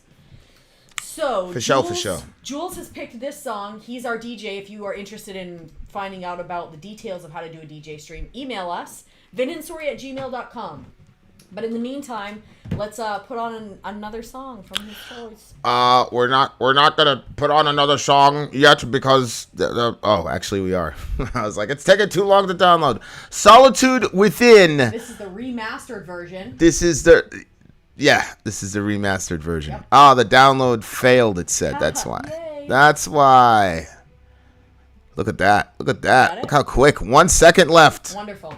All right, so pull up those lyrics, y'all. We're about to get into it. Pull up the lyrics. And we're going to have a wonderful time. This is Solitude Within from the band Everclear, and according to this, there's 40 seconds left to the download. We got to find another way. Benji's frowning here because he owes an apology and he refuses to give it, so it's making him sad inside. Don't even bring that shit up again, bro. Evergrey. This is one of the times that I'm glad that it's virtual. Oh, I know. But you see, if this wasn't virtual, if we were all in the same room, then he would have said it. Lots of people wouldn't have done that. That's true. I would have brought up the miscarriage. He would have given me a hug. Ooh, Benji? Yeah. Oh, 100%. Yeah, because he's a real sensitive dude. Like, Ben, like, yeah, anyway. guys, we're just putting in small talk until this thing comes out. He sent me an email one time. He said American like not fast food, like Cumberland Farms, 7-Elevens. He's like, stores? yeah, he's like, you notice how they don't have any like stools to sit on? These people have to stand up for 8 hours a day. We're the only country that does this. Everybody else's country, like, they can sit. Like, he notices shit like that. See what I'm saying? And he talks about how cruel, you know, capitalism is. Yeah, that's like, yeah, it makes sense. Why do they have to stand up? Like, so he's a very caring dude, you know, but he's just got that line, you know. And then we realize he's a sinner just like the rest of us. Image of God, Yep. of God, and original sin, bro. Here we go. Thanks, Tina. That'll help pay our $120 Spectrum bill, which, oh my God. All right, guys, we have returned. The download is completed. I am going to tell Inception to be quiet. Here we go. This is Evergrey-Solitude Within. Let's go. Whoa.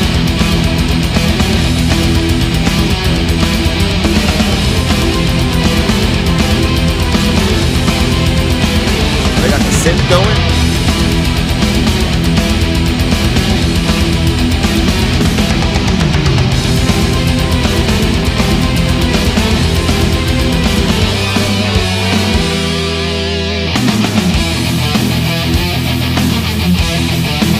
Yes.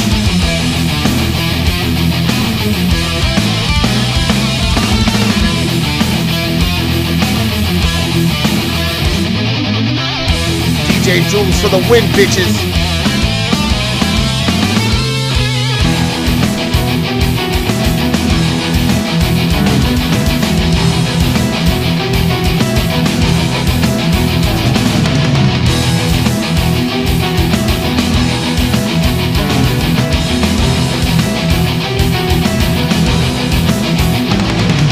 Cold is the air I breathe, sleepless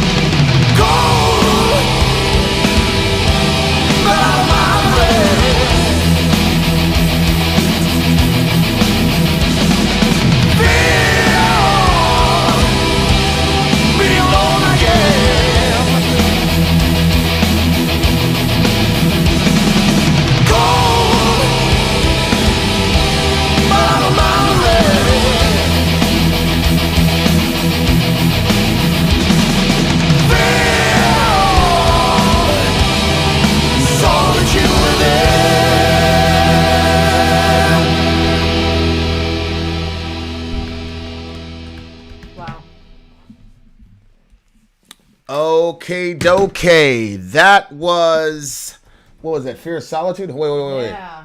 Was it Fear of Solitude? Was the name? Solitude Within. Somebody was asking, what's the name of this song? The name of the song is Solitude Within.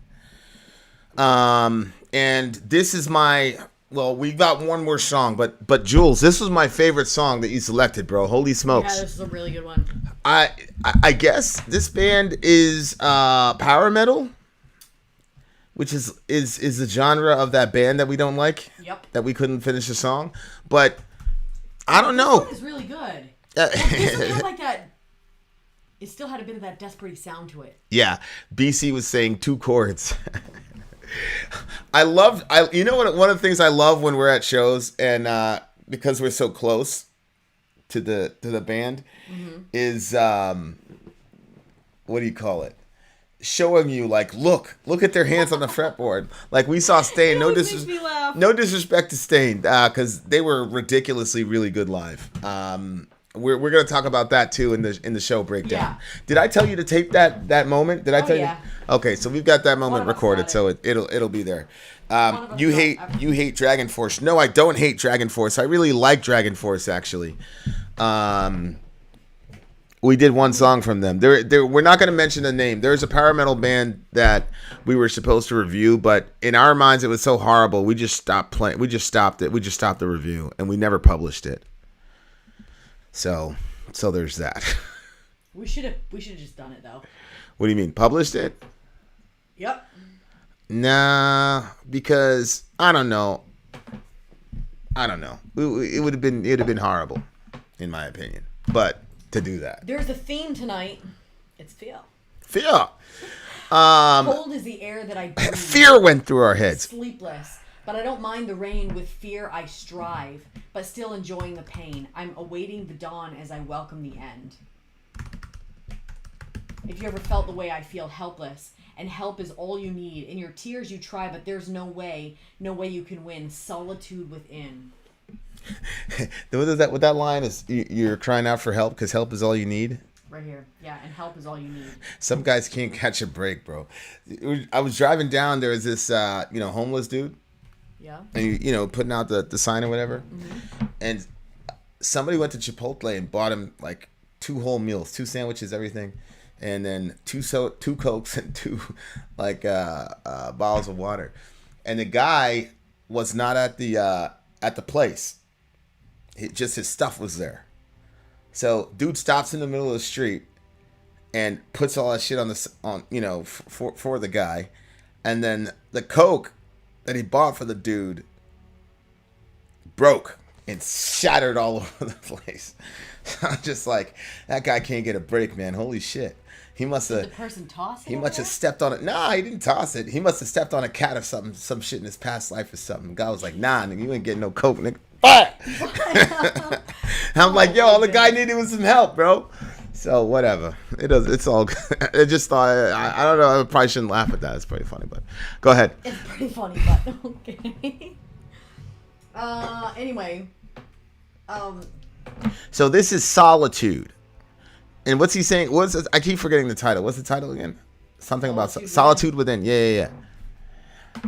So, cold is the air that I breathe, sleepless, but I don't mind the rain. With fear I strive, but still enjoying the pain.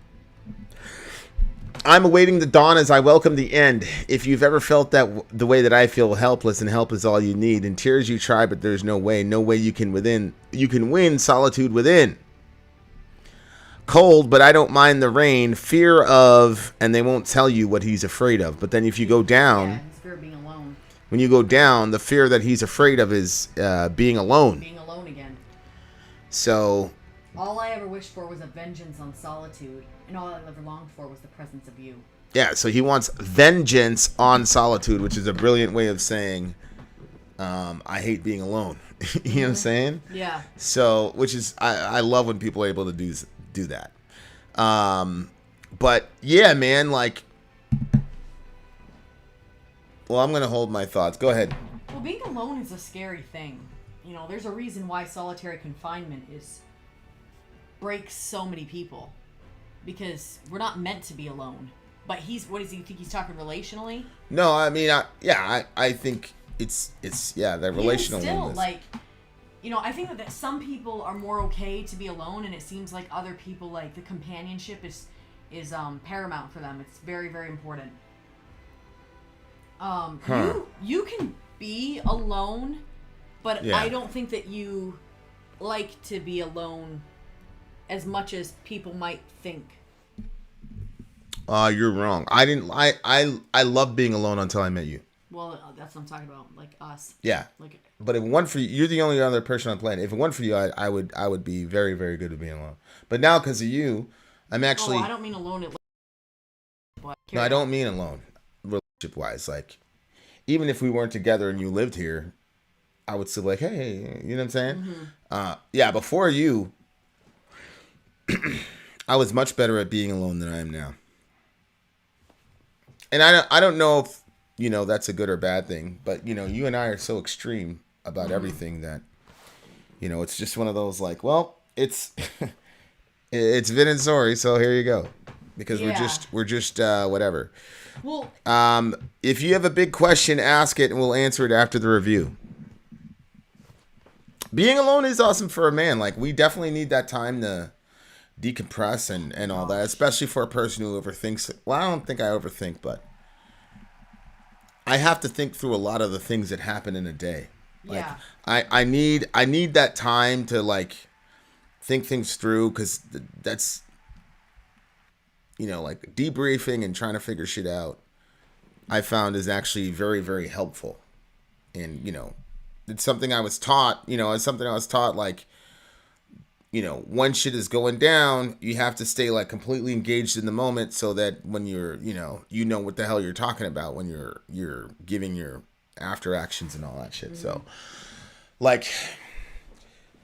So I do that every night, most of the time in the shower, and that's where I get a lot of my strategy for what's going on with the family about it and trying to think things through. Because, like, the day is kind of like, it's like, if you can imagine, like, a bunch of shoelaces and they just get tangled. A ball of shoelaces, yeah.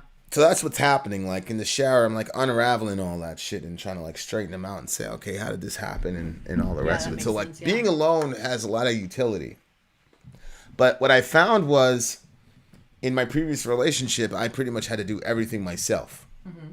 So I was doing all of that. Like, I needed a bunch of time alone because I was trying to strategize how to keep the family together. You know what I'm saying? Yeah. And so, like, because I knew it was me or that's it. Mm-hmm. So doing that kind of gave me it gives you a very interesting perspective on stuff. And when I don't have that, I get very agitated. Because part of it is, like, coming up with some sort of strategy of how to broach the issue. Mm-hmm. Because I'm finding out that, like, nobody relates well to the way me and my boys related to each other. You know what I'm saying? Mm-hmm. Like, nobody around here is good with that type of engagement. Mm-hmm. And I'm the most comfortable with it because it strips everything down and it just isolates the problem, and then you can jump on and attack it. But I'm starting to realize that, that works with them because, whatever, but most people are not like that. Well, yeah, I mean, they were a particular group of people.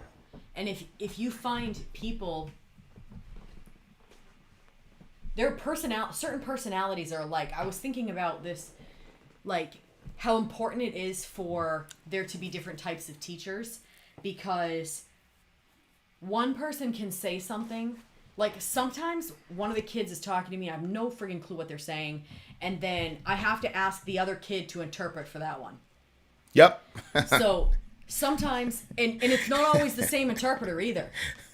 It's like somebody speaking in tongues. Huh? Yeah, it's not always the same interpreter. Like, what are you saying, bro? What are you saying? I asked them 2 or 3 times, and then finally I said, okay, what is he trying to tell me right now? And sometimes the other one can say it in a way that makes a bit more sense. So I think that you were with a particularly, you were with a group of people that were alike. Just like if I was with a bunch of people that were similar to me, there's certain things that we don't have to do or we don't have to say, certain hoops we don't have to jump through because we understand certain things. And I think that with that group of people, you fit in well with that. And Yeah. but those things won't work with other personality types. No, it doesn't work with anybody here. Mm-hmm. You know, and that was the end of me and that other guy. Mm-hmm. Because I was like, I was like, okay, this guy's a writer, blah, blah, blah. But he was also massively, so. Yeah. It's interesting, though, because I think that if I was on... Later, Becky. If I was with that group of people, and you and I were not together, I was just a part of that group, I think I could function in that Oh, of course. But it's different when we're in a family, in a marriage. It's interesting because you need your solitude, and your solitude can be like in the room at night when I'm asleep, or you go into the shower. For me, a solitude, I forgot how important solitude was to me until the last couple days where I've been getting out by myself. Mm-hmm. And I realized, like, that's a big part of my problem. It's a big part of my anxieties, a big part of my fears, is that there's no place to calm them. And for me, I don't like getting solitude in a room, in a building. It makes me feel kind of trapped. You have to have nature. I need nature. I need life around me. So, I was out on this rock and I'm looking, and this, duck or something flies down and gets into the water. I saw fish jumping over there. The wind is blowing through the trees, and it's just a very active environment where I just can enjoy the intelligence and the artwork of the creator, while at the same time reading the Bible and getting time to pray and time to think. So the other thing too is when you're out in nature, you can't necessarily get super comfortable, I find. Especially like if you're sitting on a rock in the middle of water. It's a rock. It's a freaking rock. It's not like your couch or your bed or something like that where you might get distracted and then decide you'd rather have a snack or watch a show. So very true. Being out in nature kind of keeps me aware. And like they say, when you get lost in the woods, that the first thing you're supposed to do is build a fire. So you have some sort of life, something moving, something active, and it gives you the sense that you're not alone. And I feel like I'm in a good spot when I'm out in nature. Where I actually think that you're more like that than you realize.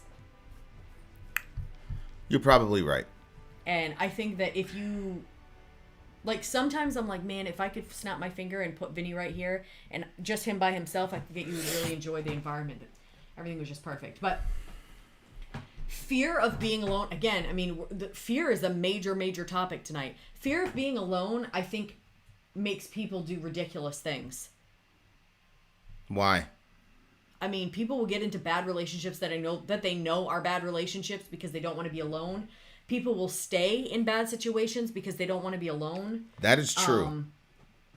That is very true. Mm-hmm. And I see it a lot with women, obviously, where it's like the dude is an abuser. He's horrible, but that dude's got this girl convinced that holy shit, babe, he's the only one that's gonna love her. Blah blah blah. Go ahead. Do you realize that this stream has so much to do about fear, and that's the name of that thing? Fear. That guy in the corner. Oh yeah. Prophetic. Oh. Shout out to Carl Jung. More synchronicity. Interesting. Okay. That Carl Jung dude, man. Jung is. That dude is the real deal. Yeah, you hear about Sammy saying that he spent 6.5 years in the hole. I mean, that's insane. That's insane. Oh, I can't even imagine. I've seen people in simulated situations like that. Simulated. It's not even like real in the sense of you're not really among hostile. And dudes just freak out. People who have gone through like the worst physical tortures as far as like, that you can imagine miss out on that one. Mm-hmm. They don't do well. Yep. It's just crazy. See, just came back from a chat with a guy that is in a toxic relationship, and he's scared to leave. Yeah. And it's terrifying. Tina said something interesting. Tina said fear of being alive is worse.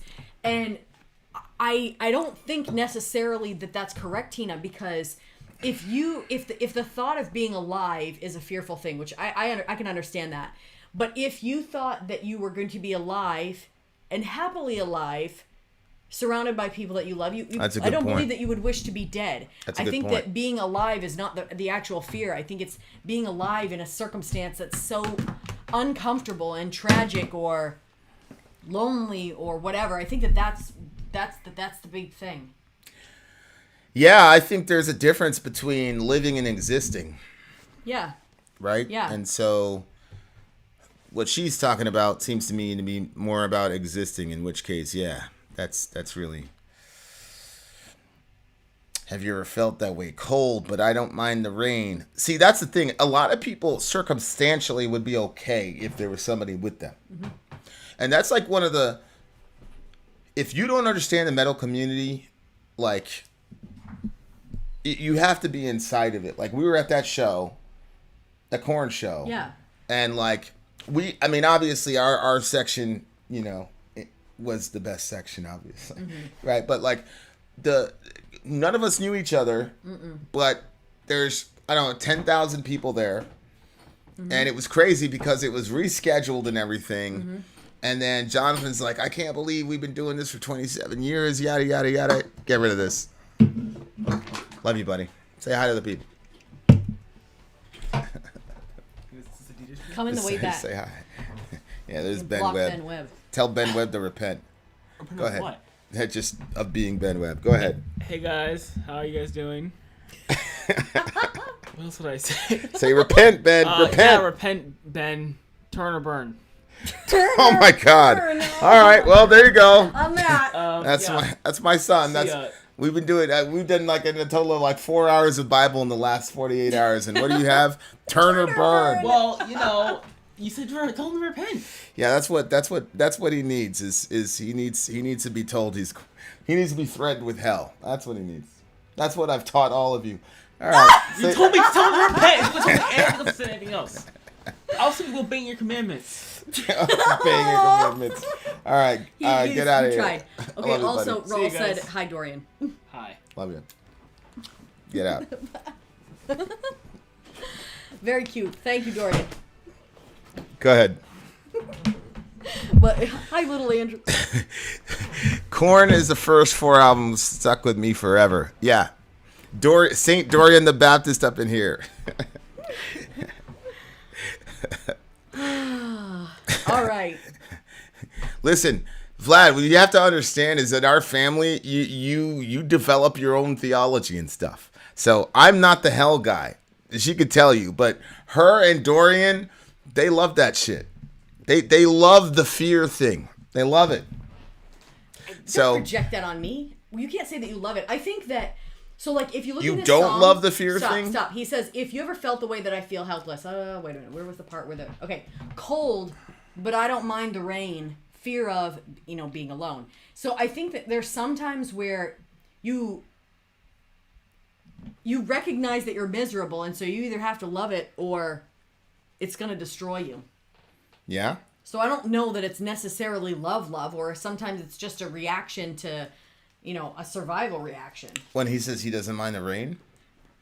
Cold, but I don't mind the rain. Like, I think that the circumstance is not what he wants, but there are parts of it. I think that there are certain behavior patterns that we have or negative things that we go to help us survive the day. Survival skills, I guess you could call it, trauma reactions that we learn. They're unhealthy. And we learn to love them because they do bring us a bit of comfort, but it's not necessarily a good it's not a good comfort because it's not a liberating comfort. It's I literally can't think of a good analogy, except that if you were in chains, like iron chains, and then someone came to you and said, "Would you prefer these?" This is so terrible. Yeah, I'm like waiting for this to develop. You know how they have those sex handcuffs that are like fuzzy so that it won't like hurt? Of course. If somebody gave you that option instead, or like, why would you choose that option instead of just taking freedom? But some people would say, of course. Oh, well, I'll take these fuzzy ones instead of realizing that the cell door is open. Just get the hell out of there. You know what I mean? Yeah. I hear you. I told you that was the only example I could come up with. So Amy made a good point. Alone and lonely are not the same thing. No, they're not. That's a good distinction to make. See, I like being alone, and I find ways to get alone. I think I'm a much better person for you. I feel like you would like solitude a lot more too if you would allow yourself to be. Or are you're just more of an introvert and you feel like you'll always be an introvert? Introvert? I'm not an introvert. I mean extrovert, sorry. No, and then I'm not a complete extrovert. My trouble is, because we've talked about this before, because I have allowed myself to create this entire castle of fear within myself, then, the last couple days I've been able to function without my fear. So this is going to sound so horrible. So we have a couple kids. We got 6 kids, but the 2 youngest, one is 2 and one is 9 months. Well, the 2-year-old is talking and the 9-month-old isn't. And so I'll be talking to the 9-month-old and then the 2-year-old will start saying some really like fun stuff. And so then I leave the 9-month-old, completely forget that I was just spending a little bit of time with him and go right over to the 2-year-old and spend most of my time there. Well, I got into bed last night, and then I was thinking about the poor 9-month-old. I'm like, oh, poor little Reza. He's not getting that attention in time because, Orion keeps sucking the time away because I keep going over to Orion. And then I was like, so I felt guilty as a mom for doing that because I could see him holding onto the side of his bed, just smiling, watching me go over to the other one and not giving him any attention. And I felt so bad about it that then I was like, okay, tomorrow I'm going to hold him. And then I was like, wait a minute. I'm saying I'm going to hold him because I feel guilty about not holding him today enough. Right. And then I said, this is crazy. And nobody wants to be loved that way. I don't want you to be like, I decided to come home and hang out with you because I felt guilty I didn't spend time with you. You want somebody to come hang out with you because they love you and they want to be around you. So I was like, I'm not going to do that. I'm not going to have that fear base. And then I noticed that I was like, oh my word, I just picked him up. Didn't have anything to do with the guilt for not, holding him enough the day before. And I was holding him on my lap. We were having a good time together doing patty cake. And then I remembered, I'm like, oh, this is much more enjoyable. Yeah. But I noticed that when I try to get my time alone, if I'm in the house, I keep hearing the kids and then they message me and I've created an environment where I allow them to not give me any space and it's unhealthy. So when I left to go spend some time on that rock, they were all messaging me. And I'm like, I am not reading a single message, answering a single message. Those children will survive without me being there, answering all these freaking questions. So it was, I came walking back today and I was holding my cup of tea because I love having tea out in the fall and it was just a wonderful experience. And I walked back and I thought to myself, oh my gosh, I didn't feel an ounce of guilt while I was out there. Like I recognized how important those moments were. So I do think that that's I'm a really, mix. really good. That's huge for me. It's 2 days in a row that I had no guilt. We've been working on that a lot. Yeah. The guilt thing. Well, good. For years we have been. And, everybody has a day, I guess, where it's their time to change. What do you think? What's affecting you? What do you? The Bible studies. Really? Yeah. Oh yeah, definitely. So weird. The Bible studies. That's so weird. Like I love because you go through so many verses and I can't get everything obviously that you talk about. I mean, it's a lot of information to take in. Fucking 2.5 hours. Yeah. So it's a lot. It's a lot of information. I'll do a 20-minute one tonight after this. Right. That's what you always say, babe. It's I really will. Yeah. I really will. I want to play Fortnite, so I'll just be like, listen, turn or burn, bitches. Need we say more? All the work I put in with you people. But you and Dorian, it doesn't matter. You guys are determined. Fear! Stop it! I am not determined. I just had 2 days, 2 good days. But anyway, I just think that I was out on the rock and I felt so happy. Like I just felt good.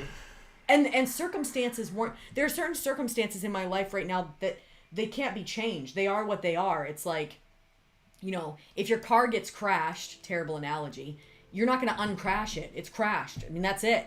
So true. You're going to have to acclimate to another vehicle and move forward because there's nothing you can do about it. But, obviously the situation is a lot more complex than that. But that's where the sovereignty helps me, where I just say, I can't do anything about this situation. It's completely out of my hands. So I got to just leave this with God and just enjoy God. And I'm like, I never felt so healthy as when I was sitting out there today. I could have just stayed out there but the sun was going down. So, unfortunately, I had to leave the woods. Yeah, I took the long way because I was gonna pick you up and put an end to your time. I was like, it's too dark and she's gonna be out there and not listen. I'm just gonna go in there. No, I really, I take to heart the things that you say, and I want to really. I appreciate it. Mashallah, tabaraka. No, you're doing great. You're doing great. I'm just surprised it's the Bible studies, man. That's crazy to me. It's just weird. It's weird to me. It's another. Will Turn or Burn be a new shirt?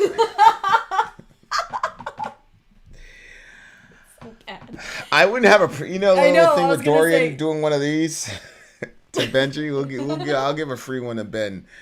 I'll give a Turn or Burn shirt to Ben. Holy moly! I really do want to. I do. Teespring that shit. I do want to find a Turn or Burn shirt. Okay. Later, so Alan. We're gonna take the next 2 weeks.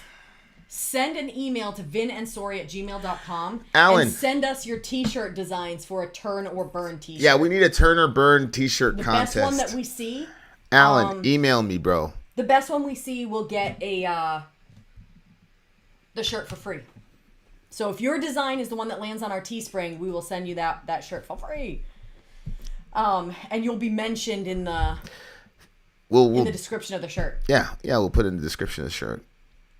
So, yeah, and I agree that loneliness and being alone are not the same thing, because you can be in a crowd of people and feel extremely alone. Yeah. Yeah, but he talked about getting vengeance on solitude, which is it's an interesting way, because he was talking about because all I ever longed for was the presence of you, which obviously is where I come in and say this is when, codependent relationships are at their worst. Because think about what he's saying. I want revenge on solitude. All I ever longed for was the presence of you. So basically, if he doesn't have this girl, he's always going to feel lonely, even if he's in a crowd of people. Which is completely unhealthy in my mind. Babe, how can you not? I feel like this is irrational. Like, if I didn't have you anymore, I would never stop feeling lonely, except for, but between me and God, that's what would help my loneliness. So before we got married, you were always lonely? Yes. Yes. I've been lonely all my life.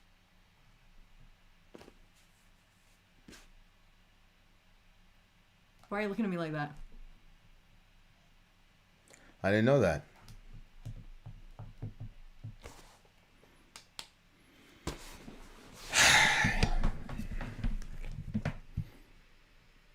Aren't you like that in ways?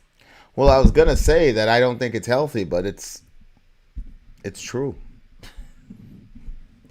It's not something we're trying to sell. Please don't formulate your life around that, because I don't think that people should rely on relationships. But my ultimate end of my loneliness comes from when I'm spending my time with God. But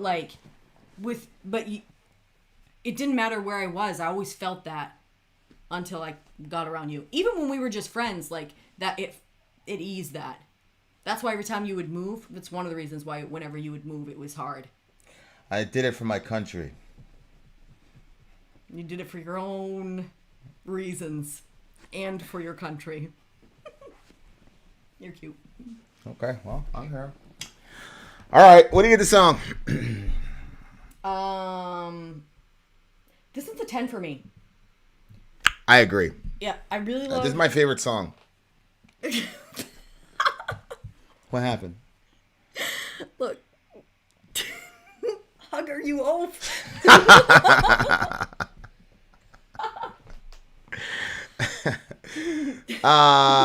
This is my favorite song of the night. Yeah, me too. 10s all around.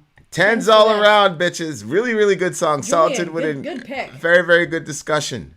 Very good discussion. This is why we have metal, ladies and gentlemen. Vin out. Sori out. Gown. I don't feel lonely when I'm in these streams. Well, good.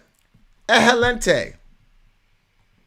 Can I cash in all my credits for James Taylor, Fire and Rain? Sure, DJ. Whatever you want, buddy. Can I cash in? Or what were you saying? Oh, I'm Death Fan. Is AT still in the? Is AT still here? I'm not sure. I think so. Somebody said something and I read it out loud. Oh, the loneliness with the streams. I cannot tell you how many emails that we get where people say that. That is, sometimes I think about. I mean, we're not going to be 60 years old still doing Metal Reaction channel. I mean, It's just not. But then I think to myself, yeah, but when can you when could you stop doing something? Like, there's so many people. And then I think, well, maybe something better will come along, and maybe somebody else will take the mantle. You know, I don't really know what God's going to do with everything, but I do know that this channel has eased the suffering of a lot of us, the people, including us. It has been very good for us too. The reason I wanted to talk to Alan was I wanted to give him my number so we could coordinate, Sadie. So yeah, I just reached out to him in email, so that's on the way. There you are, dear listener. We got one more song for you, beautiful people, and then we will have to bid you adieu because Soraya wants another 2-hour Bible study. Apparently, here we are. He's gonna do a 20-minute one so we can play. It's gonna be a 20-minute Bible study so we can do Fortnite after. It's never happened. So the other night he was like, "This is gonna be a short one." The kids were completely offended that it was gonna be a short Bible study. I was like, "You guys, it's never a short study," and it wasn't. But they were so offended. It was so funny. Like, literally 2-hour Bible studies, and these kids are offended because he said it was gonna be a short one. When I was at church, if the pastor would have said this is gonna be a short one, I would have been like, "Yes." But your stuff is very good. I don't know. We'll see. We'll see. All right. Well. All right, Here guys. comes the commercial. What is the discussion in tonight's study? The name of tonight's study is "I'm No Angel." Oh, is that why you wrote that there? Yep. I had that prepped yesterday, and then the thing went in a completely different direction. So when you were on your rock, I was trying to send you the notes because you know how I take notes. Oh yeah. And none of them were pertinent. It was just a bunch of verses. Oh, I didn't need your notes because I take mine throughout the whole thing. I have the whole thing in my. It's like a map that tells me where to go. Like, you know how they used to. There was those games where you have one note that sends you to another location that finds a note and sends you to another location, ping pong all over the place. I just do that with the Bible. If the first one, once I have the first verse, then I can ping pong the rest of it. It tells me where to go next. Sure. That's what the kids were trying to do because I taught them that.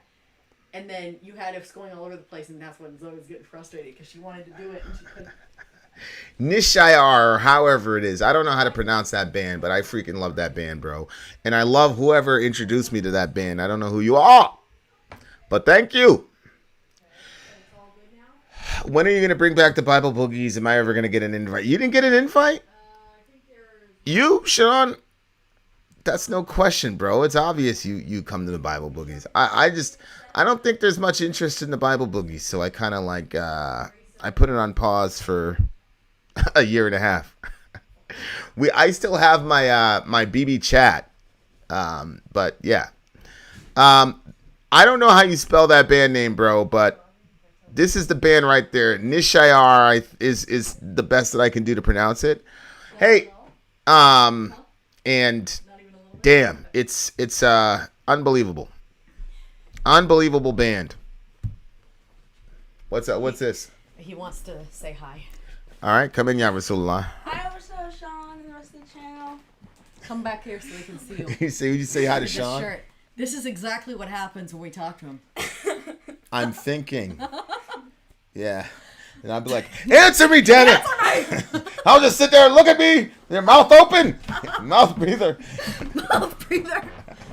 All right, get out of here. Go. Give me a hug. All right, get out of here. Bye. Close the door. Yeah.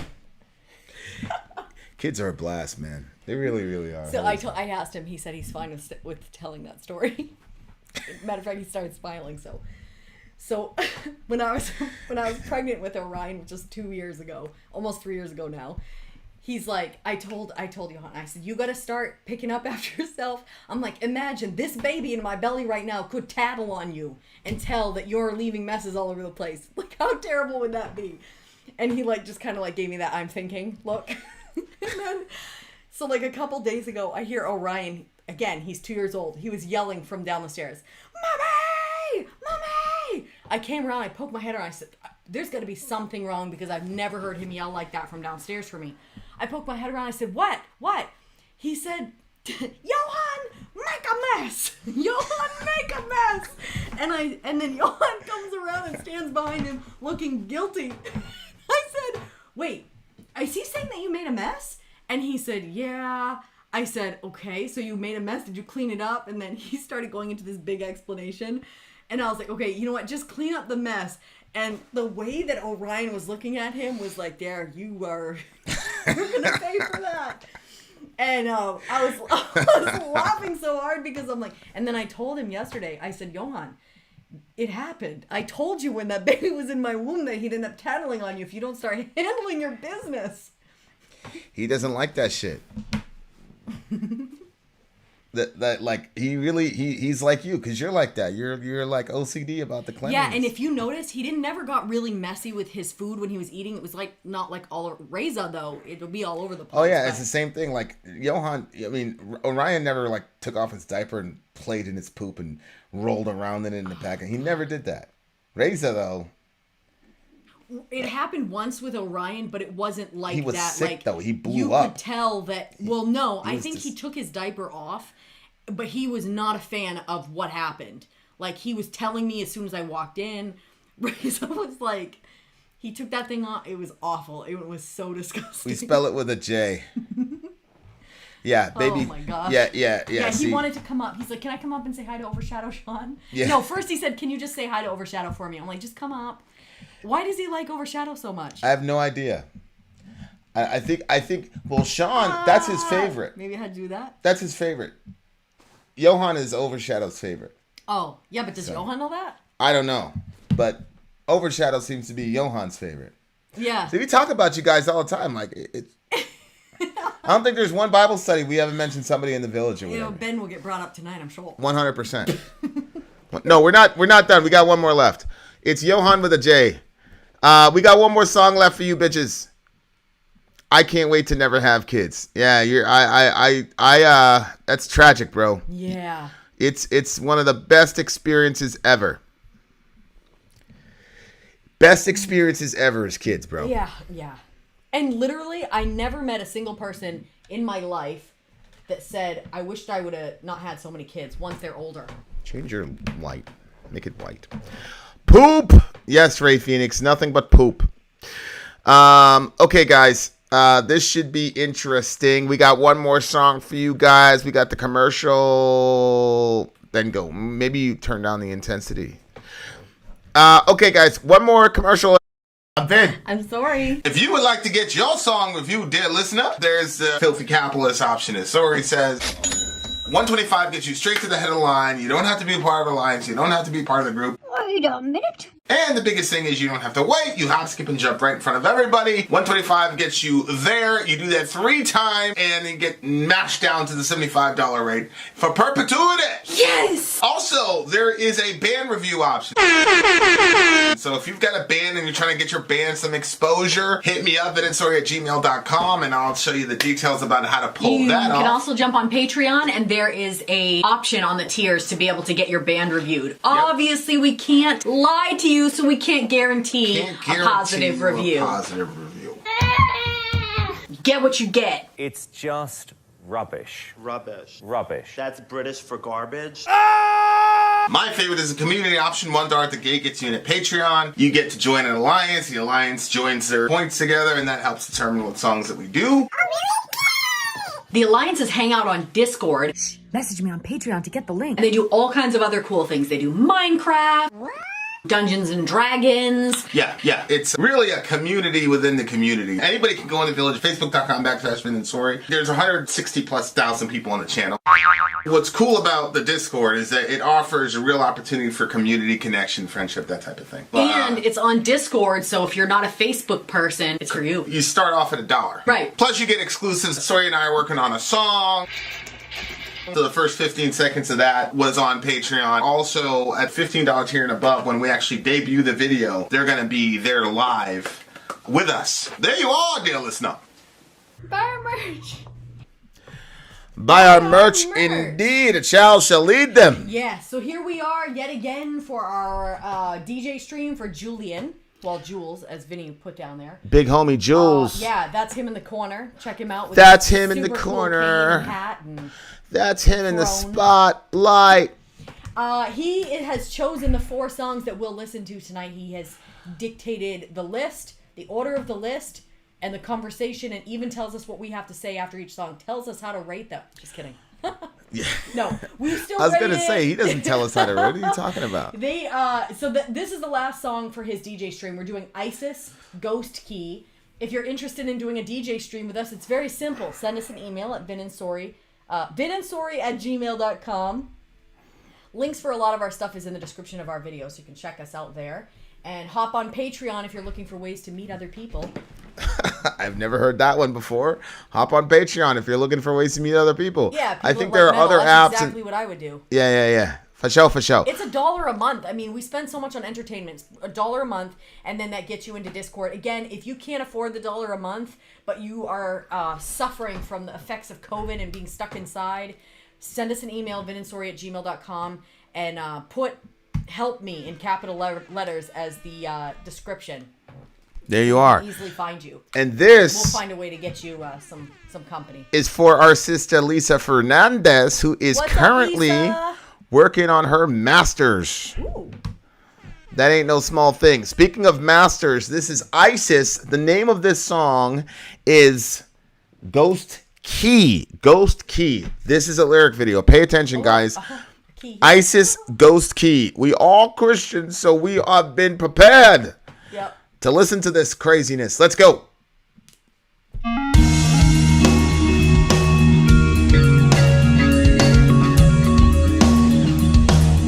Okay, not expecting this. Exactly what I expected. That's why your comment is shocking.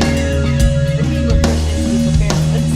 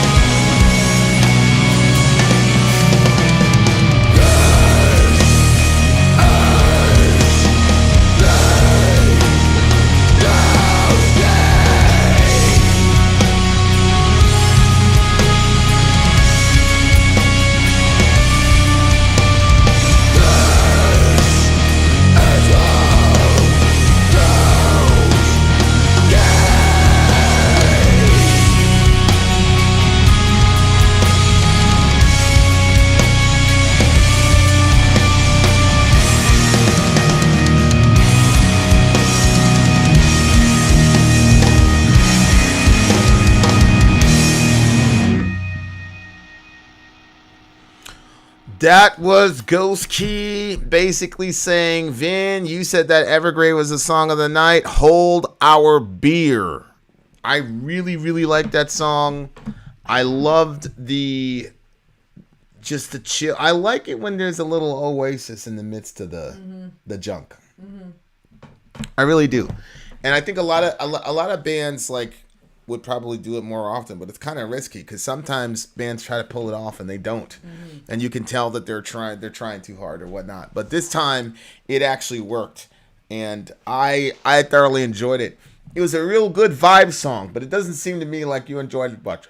Well, my issue with it is I don't know what the frig they were talking about, and it was actually really annoying me because I wanted to know what they were saying. Interesting. Because I thought sounded. Oh, what? It was obvious to you? Well, I don't know if it was necessarily obvious, but I just thought it was a ode to nature almost. Cold, snowing blue light dust settles. Fire burns with falling light against the growing darkness. Bending over the dying flames, you were with me then and always. Then as always. I've got and always here. Oh, that's better. Through the fluttering veil of frozen blue, a hooded figure cut its path to cleave the night in two. Ooh, what is that? Pull its outer husk from that its thing's in the body, middle of your face. and the rest escapes. My face isn't important right now. We're looking at the lyrics, B. And there upon the ground, the remnants of our struggle. This is the ghost key. This is our ghost key. The only thing I've ever known about a ghost key is it's like, isn't it like a key, like one of like these things, like where it's.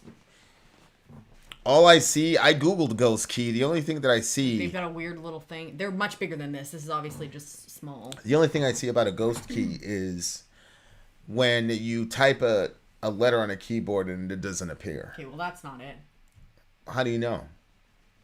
Babe, they're not talking about that in the song. No, what I'm saying is it could be principially metaphorical, where you're hitting something or you're attempting to do something, but you're not getting the result that you're supposed to get. This is our ghost key. What's a ghost key in your mind? That's why I said the whole thing made no sense to me. Huh. I couldn't even, like, I'll tell you the different thoughts that I had, but everything. It sounds like a concept record because this figure shows up and just like takes the person. Blue light dust and it's settles. That's, in the evening when it kind of gets that bluish look around. I actually hate that time of the night. It's very stressful. Well, it used to be. Ever since you and I have been together, though, I don't feel that way anymore. When I would see that bluish light, it really bothered me. Dust settles. A fire burns with failing light against the growing darkness. So they've got a fire. They're out. It's cold. It's snowing. That doesn't seem like it's very safe. Bending over the dying flames, you were with me then as always. So it seems like he's with somebody. And they're both, hovered over this fire. But then through the fluttering veil of the frozen blue, I guess that's the night. It's really. A hooded figure cuts its path to cleave the night in two. And I didn't know if that was, if they were,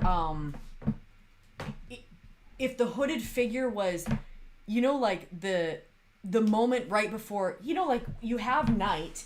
You have dusk and it's coming in, and then you have the darkness, and then there's a definitive moment where it switches from becoming deeper into the night, where it's becoming the second. There's that moment where you don't know where you are. Yeah. You don't know if you're still in the throes of night or if you've just switched over into now you're headed up toward the daylight. Yeah. So I thought that maybe that was the hooded figure that cuts its path to cleave the night in two, to cut the night into two pieces. There's the going into the depths of the night and then coming out of the night. Later, Vlad. But then it says pull its outer husk from its body and the rest escapes. That didn't make any sense.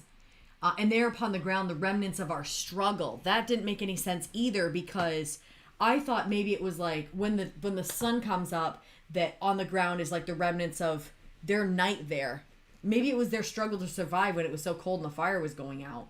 Like, and you would just see that in the snow. You know what I mean? The Wikipedia entry is really interesting. In keeping with ISIS's retinue of concept album, a thematic strand runs throughout dealing with dreams and Jungian psychology. Oh.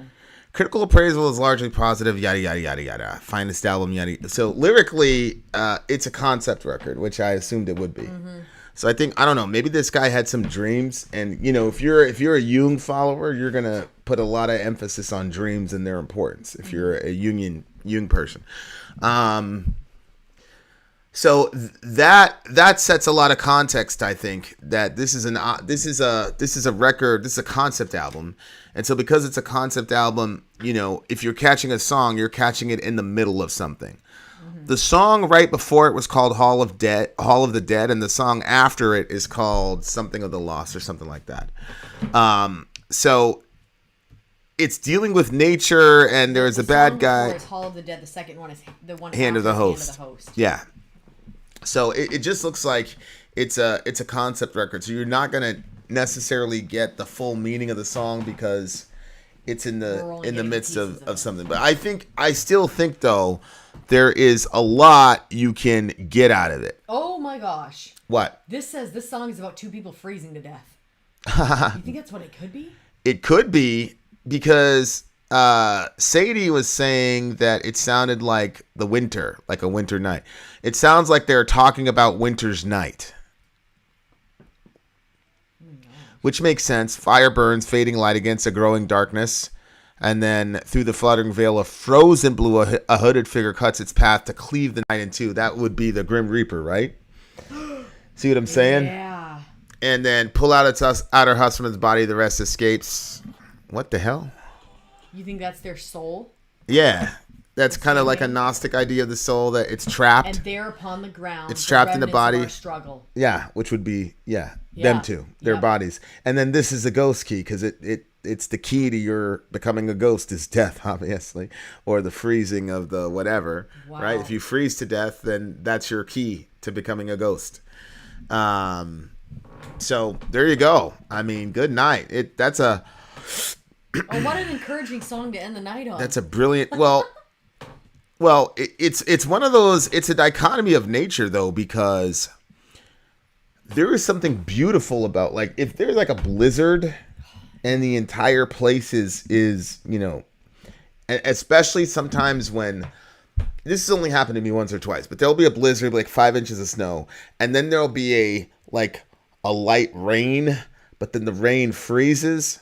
So you have this layer of translucent ice, and then under it you have the snow. Mm-hmm. So it kind of like, it's the most beautiful thing in the world, but it's also extremely dangerous if you as a human were stuck in the middle of that without recourse. Same thing with fire. And it's really interesting. You've got like these polar opposites of nature, whether it be, winter, ice and snow, and then fire that we've discovered how to harness. We've harnessed both. We have a freezer in our... Well, yeah, but I'm going back in time here because I'm assuming these people are not modern people in the universe of the song. But, we've harnessed the power of fire in such a way as to contravene the exigencies of winter.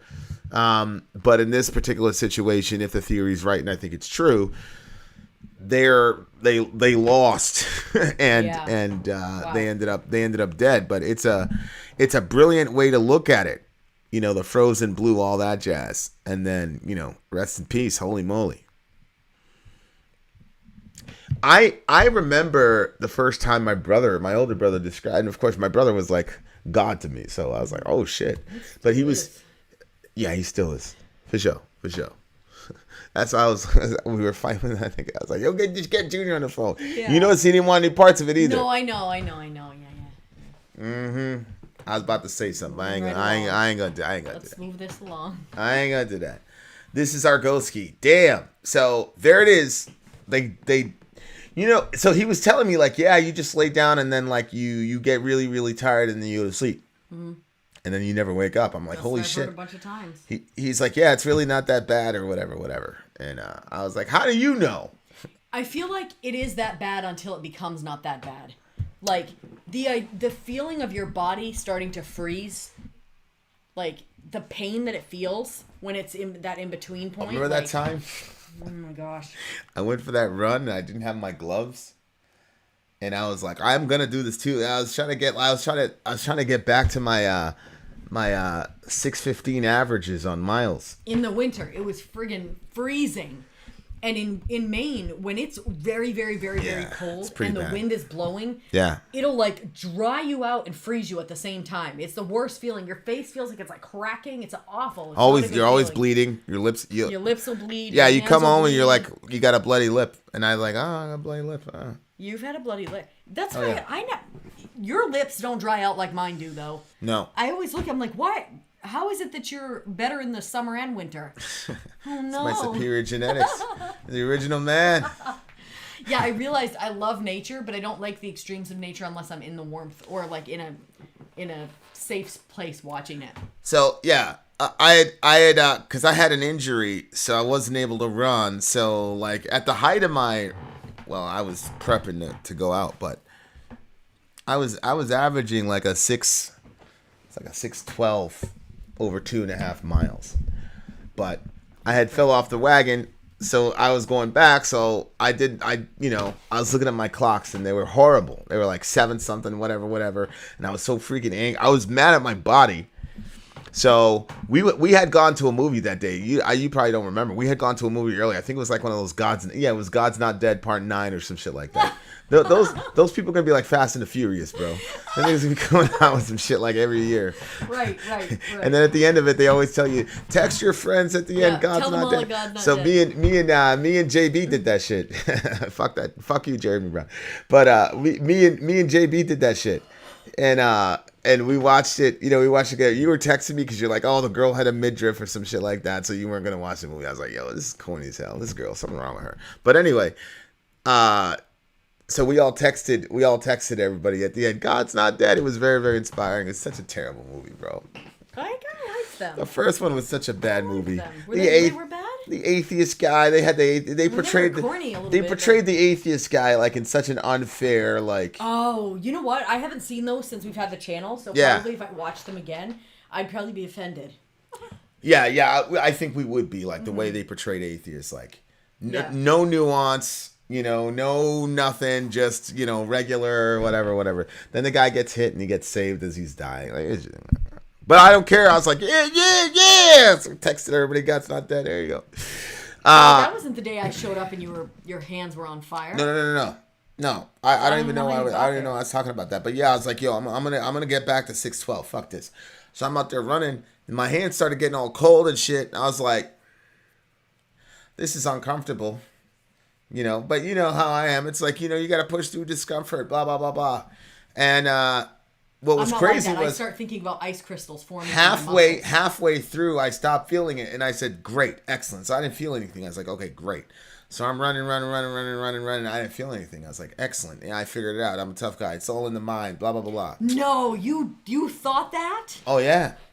I mean, I was not, I don't have any training whatsoever in such a Harsh environment. harsh environment. Like, no, I do, like in very hot environments. Right. So like The cold heart. I know what my limits are. I know how long I can run in X type of temperature before I pass out.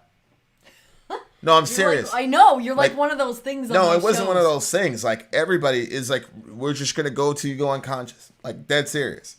Yeah. Yeah. So Oh, I know. So like I know exactly like, but as far as like cold weather shit, like I mean I'm fine as far as like I don't like it. It's miserable, but But anyway, I didn't understand the dangers. See, I understand the dangers of hot weather.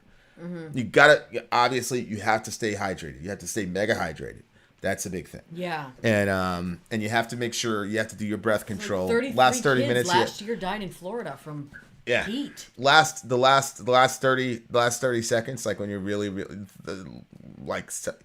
breath control, things like that, stuff regular people don't know, but the hydrated thing, but there's things that you can do. So I'm good in like hot weather, desert, but freaking the winter, what all that, I don't know the dangers.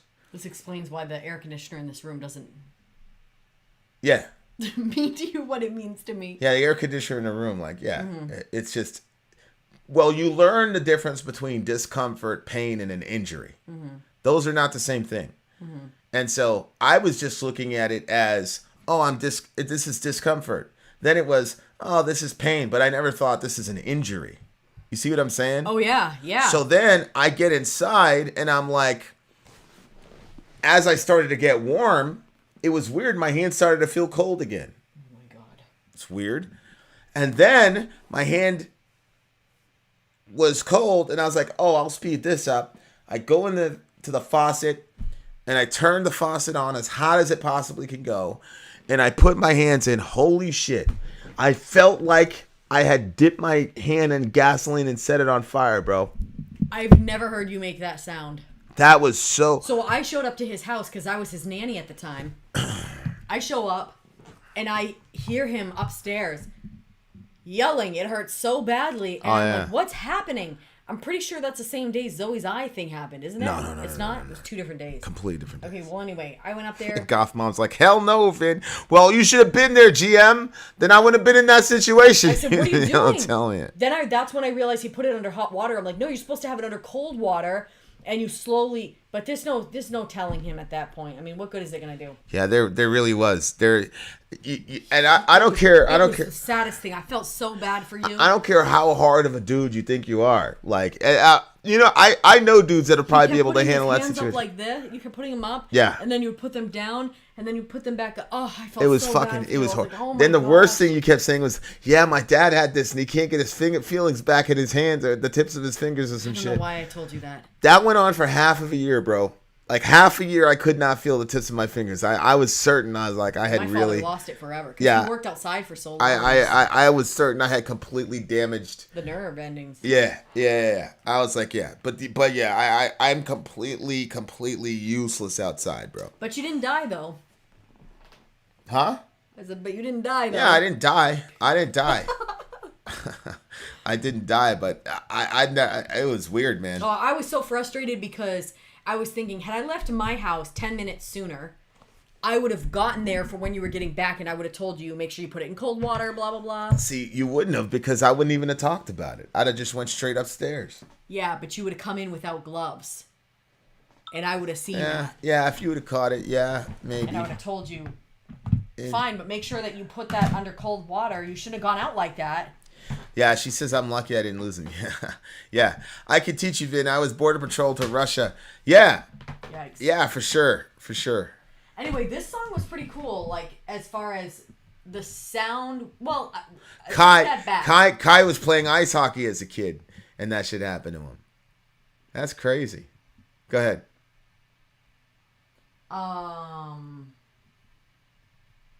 Yeah, the song to me, like, what it sounded like, it felt a little bit typical.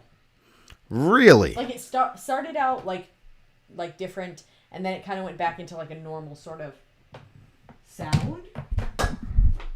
The lyrics, I cannot though, believe you said that. Are you kidding me? that's The how it middle felt like. middle parts were just pedestrian, just normal. That's how I perceived it. That's how it was to me. That's It's just crazy that to one. me. There's Okay. nothing super significant there. Okay. The storyline, though, if people truly did freeze to death in this song, I don't. At the risk of sounding sort of dark, Callous, dark. yeah, I think that it almost kind of sounds like a sort of romantic story. I knew you were gonna say that shit. I knew you were gonna You say know, that to shit. die together, to freeze to death, to Yeah. you know, they were both bent over. I mean, terrible also, but there was this movie, I can't remember what Snowbound, I think was the name of it. And they got trapped, their car broke down, or they got stuck in the snow, and then they ended up having to walk back. They had a baby, and they were all trying to survive, based on a true story, to my understanding. And pretty interesting story to see how they make it back and what they use to how they survive the elements to get back. It's really weird how human they beings. both, I think, lost their feet though. Human beings are extremely difficult to kill, but we're also extremely fragile people. It's so weird. It's so strange. Like, And it really just depends. Like, yeah, a lot of it. Yeah, like a lot of it is. You know, I'm speaking like as if the sky was empty, but a lot of it just looks like dumb luck. Like, I know. this dude gets shot 35 times. He's alive. Vaughn gets shot 4 times. He's dead. You know what I'm saying? Like, I knew somebody that was crazy. outside with his friends. His friend had a stick and was hitting the side of the shed. Like, how many times do kids hit sticks on sides of stuff? Like, all the friggin' time. This one, the stick broke, and a piece of it hit the person on the side of the head, blew out their retina, blinding that eye the rest of their life. Like, How many times do kids fuck around with sticks and they're fine? It's This one you know what I'm saying? Like, Yeah. it's just weird that, very interesting. Yeah, it's you know, I mean, obviously as a believer, you kind of have a category for it, but it's just kind of crazy dumb luck. And then you think to yourself, how the hell did they get caught there? Because these people live there. Like I could see myself getting, doing some dumb shit and then ending up freezing to death, but that would never happen to Kai. Freezing to death expectation. Reality. I tell you, I love to ask you.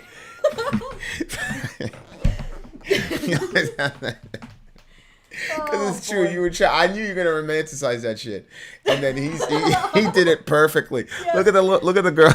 She got all the hearts and shit. And this like contented looking face, and then after is. Look at this abomination. My wife likes her hot dogs with ketchup, mustard, mayonnaise, tomatoes, onions, and jalapenos. Astaghfirullah. That's got to be a sin. I don't have my Bible on me, but that's got to be something right? Like don't cook a goat in its mother's milk or something. You know what I'm saying? I'm sure it's something that's against. That's a serious hot dog. Yeah, that's a serious hot dog, bro. All right. What are you giving it? Very romantic song. Shit, man. I'm going to have to give this one another 10, man. I really, really love the middle. I love the middle. I love what they were doing. I also love the lyrics. I thought the lyrics were brilliant. And I hope there's more.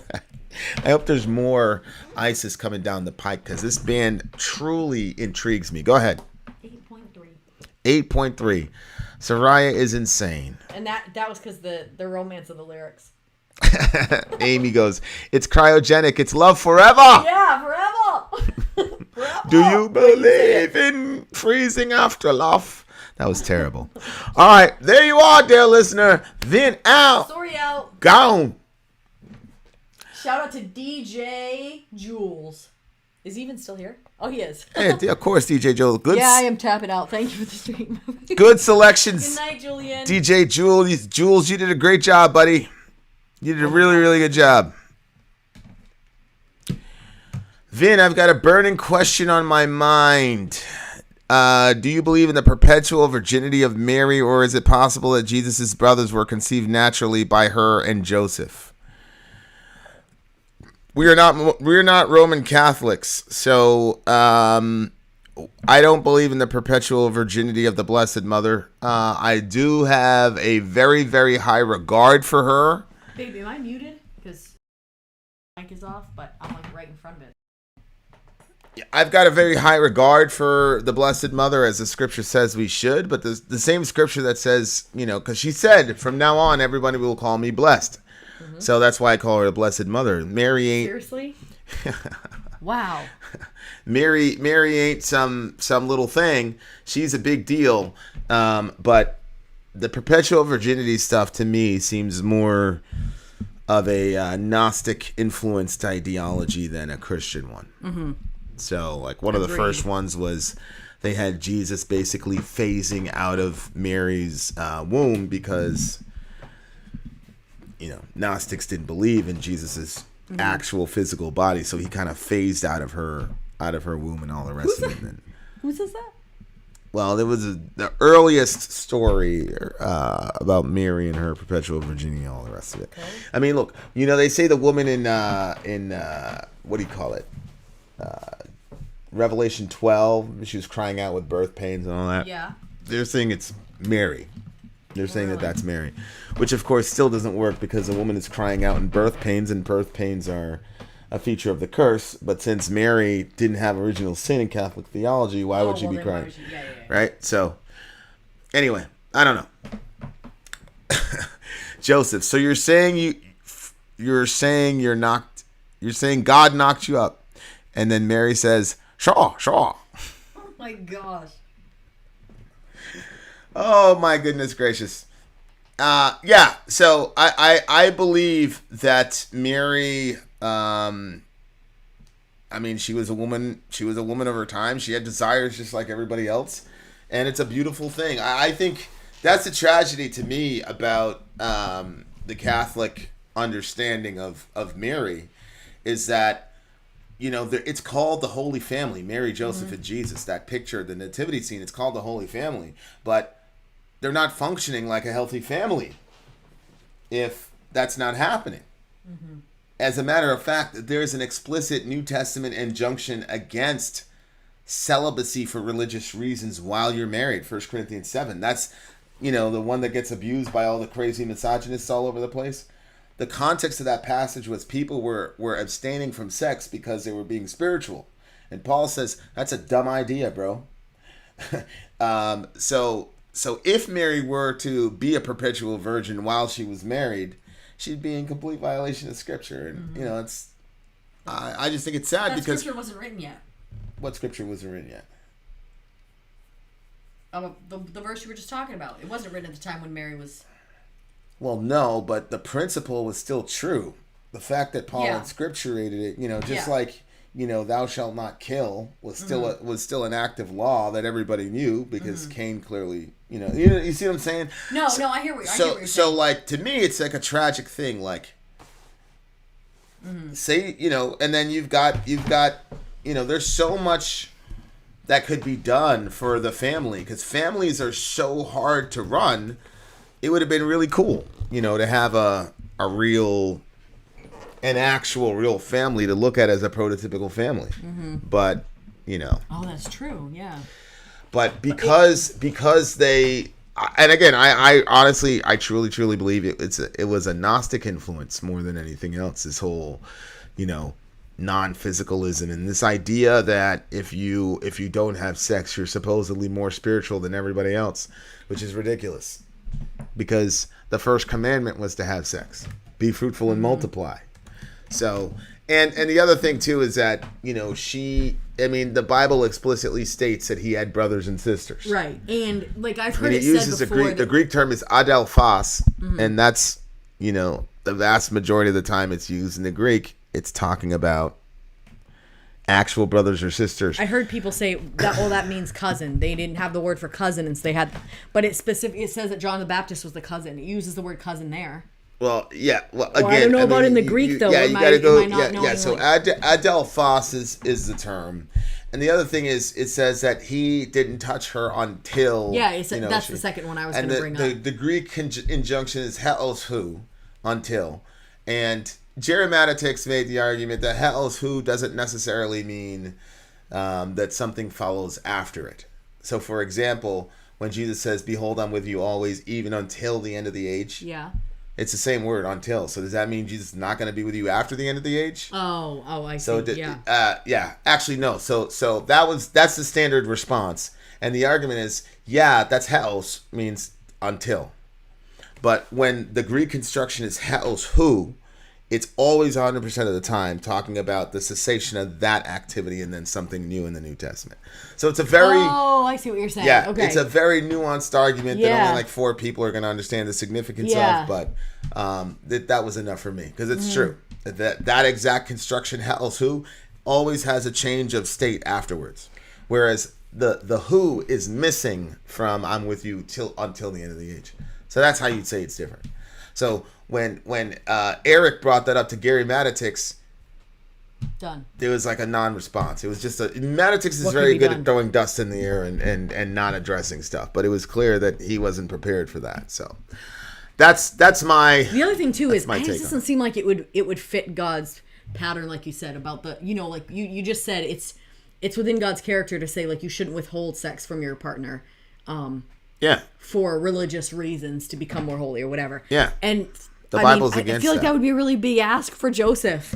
Huh? You know what I mean? Like it'd be a really big ask for Joseph. I like know. Not only is he shamed by the community because she essentially looks like she just went out on him. Yeah, and that's why. But then on top of that, he's going to be married to this woman. She's going to have a child by God, whether he fully believed that or half believed it or whatever. Yeah. I mean, he might have fully believed it at first. Maybe he started questioning it as stuff progressed. I don't know. But to think that he would do that and then never be able to have children of his own, never be able to have sex with his wife, like what type of misery are they trying to? You know what I'm saying? Yeah. But he took the shame of the community by still marrying her, and he didn't go out and put her on blast and stuff like that. So he took that. It just doesn't fit God's character to say, just bear all this suffering, and I'm not giving you. Yeah, it's a very strange sort of idea in certain Christian circles that if you abstain from sexuality, you're somehow, whatever. And the first commandment of the 10 Commandments, Andre, is you shall have no other gods before me. That's in Exodus 20.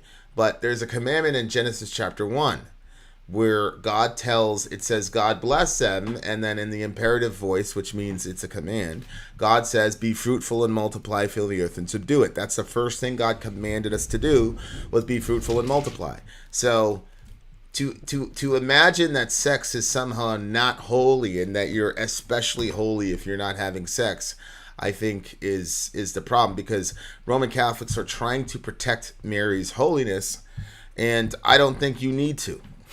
Her soul rejoiced in God, her Savior. She viewed herself as a sinner in need of a Savior. So, but I do think, like, even in Protestant circles, a lot of Protestants have a similar ideology around female sexuality. Well, that's what I was going to say. I was thinking, I wonder if there's any connection with, like... Yeah, no, I guess maybe not. Go ahead, keep going. Well, it just, it's, to me, it's a way of placing the onus back on the woman for men's issues, or not being able to, or Augustine's sort of neurotic understandings of sex and sexuality. Yeah. Oh, yeah. Because Augustine is so influential, especially on the western side of the church, there's this idea that people who abstain from sex are way more spiritual and all the rest of it. Of course, Paul says if it's better to abstain so you can do more direct ministry. Right. But Paul was apostolic, and in any given church, you're only going to have one or two true apostolic people, and many churches don't have any. So apostolic people are people who are most likely single people who are going to be single for the rest of their lives and just do ministry. Like me, I could for the rest of my life just hop into cities every 2 years and plant churches. Mm-hmm. If I wasn't married, that's probably what I'd do. Mm-hmm. And it's, for me, it doesn't seem very hard to plant a church at all. Mm-hmm. But it is hard when you have a family and all the rest of it. So now, like, I've just shifted my focus on teaching people to, I'm just going to teach up my family, so I'm teaching them. So there's that. So anyway, Yep. That's my answer to that. Shout out to the Roman Catholics in the world. I'm not like dissing Roman Catholicism. You gotta see the. I'm not dissing Roman Catholicism. I'm just, as a Protestant, to me, it seems that their obsession with Mary's virginity is more about Gnosticism than it is about biblical Christianity. And I think it creates a sort of neurosis across the board among religious people, because, obviously you want to be holy, but then you have these drives and all that. And that's why we're very explicit about talking about sex and sexuality with the kids, and that it's meant for pleasure and all the rest of it, and it's good and it's holy and you should have a lot of it. You know what I mean? I know, I always say that. Yeah, because I don't want them walking around with this neurotic. Christian, they can't talk about sex. They can't, everything's crazy. Oh, you know what I'm saying? I know. And I all that does is it creates a subculture of secrecy and shame around the topic, and all types of horrible shit happens in that kind of milieu. The other thing too is when you do that and you sort of create this mythology around it, then it makes it more of like, like if you think about it, like, have you ever lusted after a woman's wrists? No. You know what I mean? Yeah. Like, but back in the day when they had to keep their wrists covered, if their wrist came uncovered, all of a sudden people would be like, oh my God, I saw her wrist. You know what I mean? Like, and so we don't want to do that. We don't want to do that with sexuality. We're going to talk about it and let the kids know what it's about and, what it's for and, Yeah. And maybe the representation of Mary as a virgin was to signify her purity and her innocence and her blamelessness in the eyes of churchmen. I mean, maybe, but even there, that implies that if a woman has sex with her husband, she's somehow not as pure or innocent as a woman who hasn't had sex. And that's just not the biblical understanding at all. A woman who's married and has sex is absolutely pure. As a matter of fact, the scripture explicitly says that she is clean. Oh, what? Yeah. I was literally thinking there should be a verse that says 1 something like that. Corinthians 7. It Then says you could teach that one. 1 Corinthians 7 specifically says, remember he says, otherwise your children would be unclean? Because he's talking about a mismatched relationship. Mm-hmm.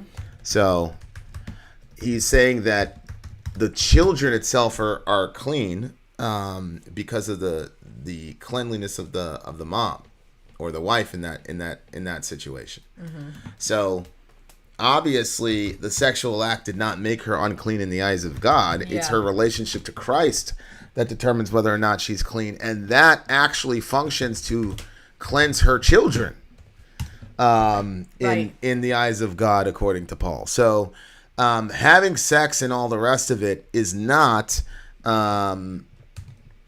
is not what defiles you or anything like that from a biblical perspective. As a matter of fact, he uses the term sanctified, which means holy, to describe a woman who has sex with her husband and has children and all the rest of it.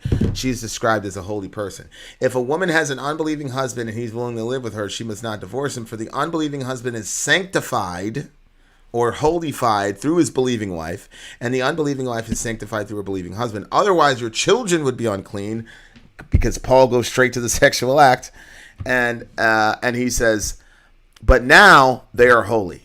So interesting. So the sexual act does not defile a woman. Even being married to an unbeliever and having sex with the unbeliever does not defile her. It works the other way. It puts him in some other category, which to this moment I still don't know exactly what he means by that. And it puts her children in a separate category as well. So the fact that they are connected to her through the sexual act, the husband and the child, they are sanctified because of her relationship with God. So it's literally the opposite. What women are taught in church is that, they're taught, they use the term purity.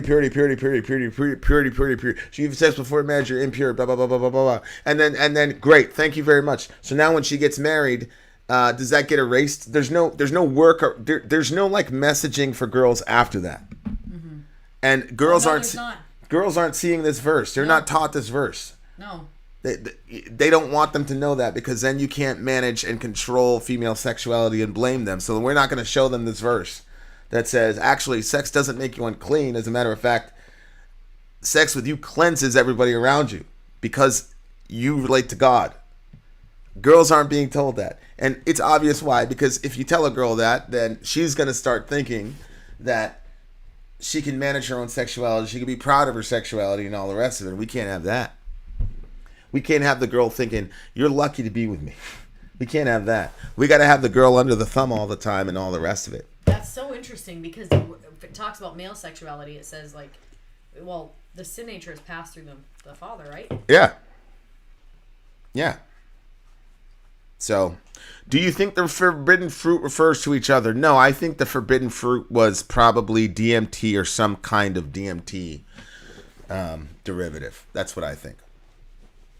That had epigenetic consequences. Yeah, you said that. It had epigenetic consequences that you would have scientifically been able to see the differences in DNA pre or post. Yeah, you're probably right. Yeah. There's, what is it? Something 22 or something like that. I forgot. I showed you. It was like a mystery. Like it looked like it had been fused together. Yeah, that's right. It looked like it had been purposely fused together. Mm-hmm. Yeah. So there you go. Stout man in the house. Here's the 20-minute Bible boogie, and then it's on to Fortnite. Okay. Yeah, see, we need to get her one of those headband mics so she can roll around the room still here. What you need to do if you're going to be that far away from your mic is turn up your gain, Missy. But it doesn't matter because it's time to go. Original sin is humans putting themselves above nature and non-human life. Yeah, I'm with that. All right, there you go, dear listener. Having said that, Vin out. Sori out. Gone.